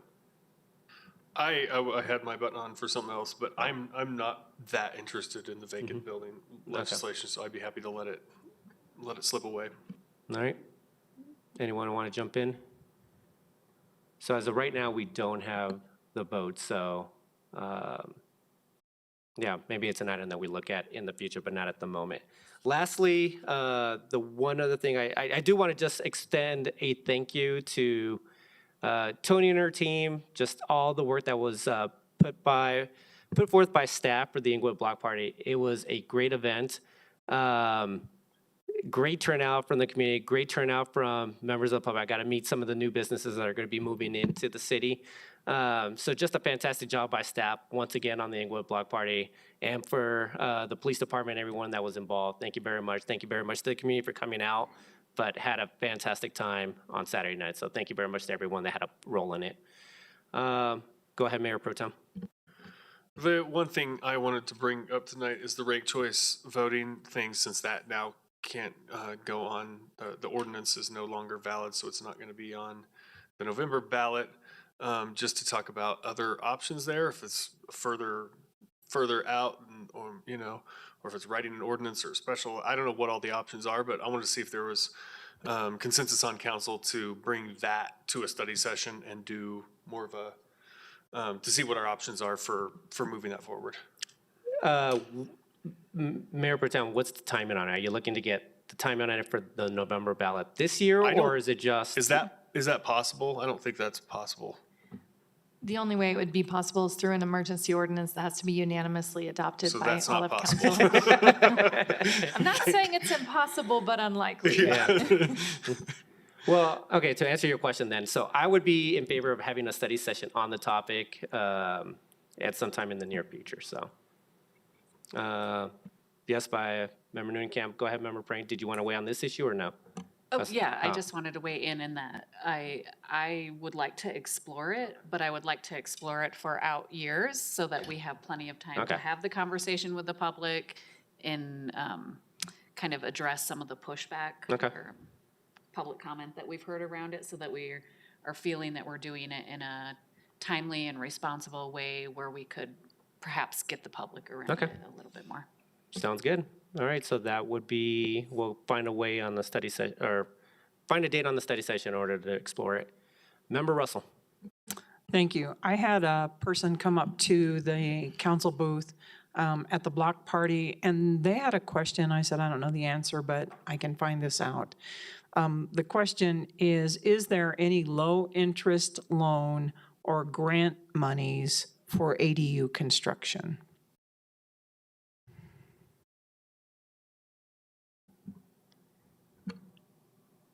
City Attorney, did, you have assuming your that was light a on. council request, Yeah. right? Yeah, that Yeah. can be a council request.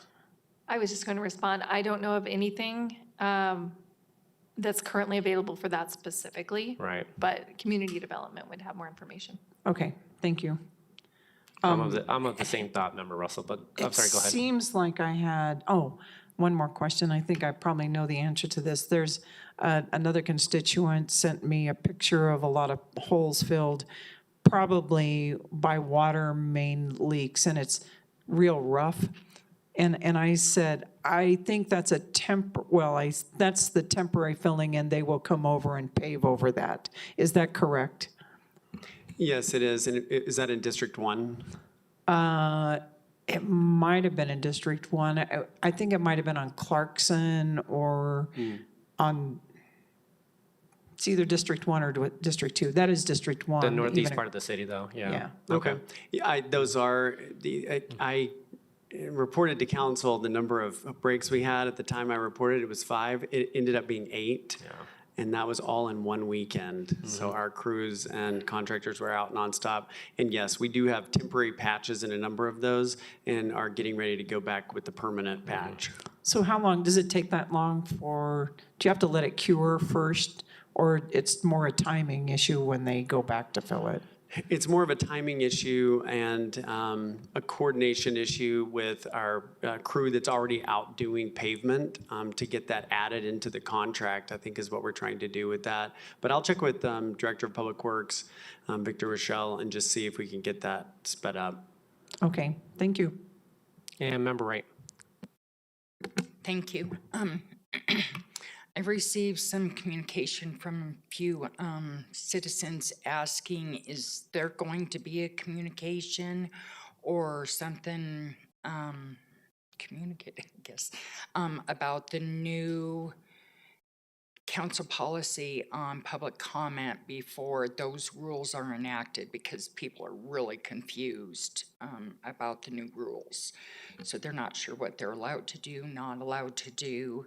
So I don't know, is there a grace period into the rules before we enact them so we can educate people before they're put into play? So I guess we probably want to make it available within the website and maybe also when they call into the city clerk's office. So, but Sean, obviously, just some sort of communication as part of that process for signing up. Yes, and we can do a council request on that, but go ahead and start it on kind of an information campaign. I think that's more than warranted. Okay. Great, thank Perfect. you. Thank you so much, Sean. Thank you very much, Kim, for bringing that to our attention. Anything else? City Manager's report. Thank you, Mayor. A few of you have mentioned interest in the study session on homelessness and just our approach. So I want to confirm that, but also just ask, per a request of the police department, if we can also include some of the enforcement, what has and hasn't been working with regard to the sit-lie policy, as well as now the Supreme Court has ruled that cities are not prohibited from having camping bans. And so just want to see if when we have that homelessness study session, number one, how urgent do you want that? And number two, can we also include some of the kind of the enforcement side on that too?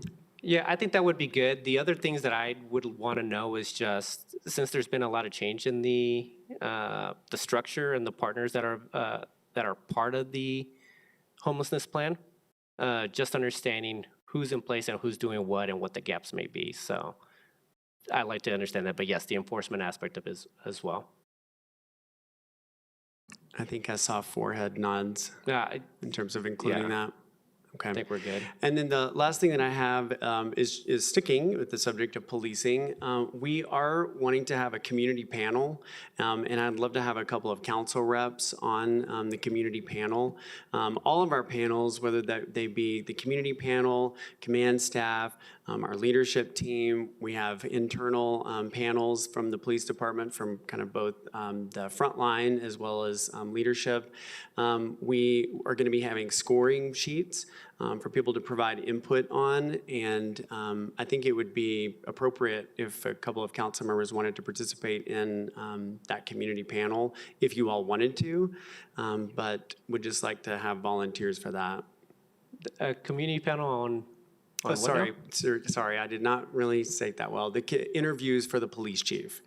So we have police, the closes this week, and so we are going to move pretty quickly in terms of narrowing that field down, and we have tentatively interviews scheduled for mid to late September.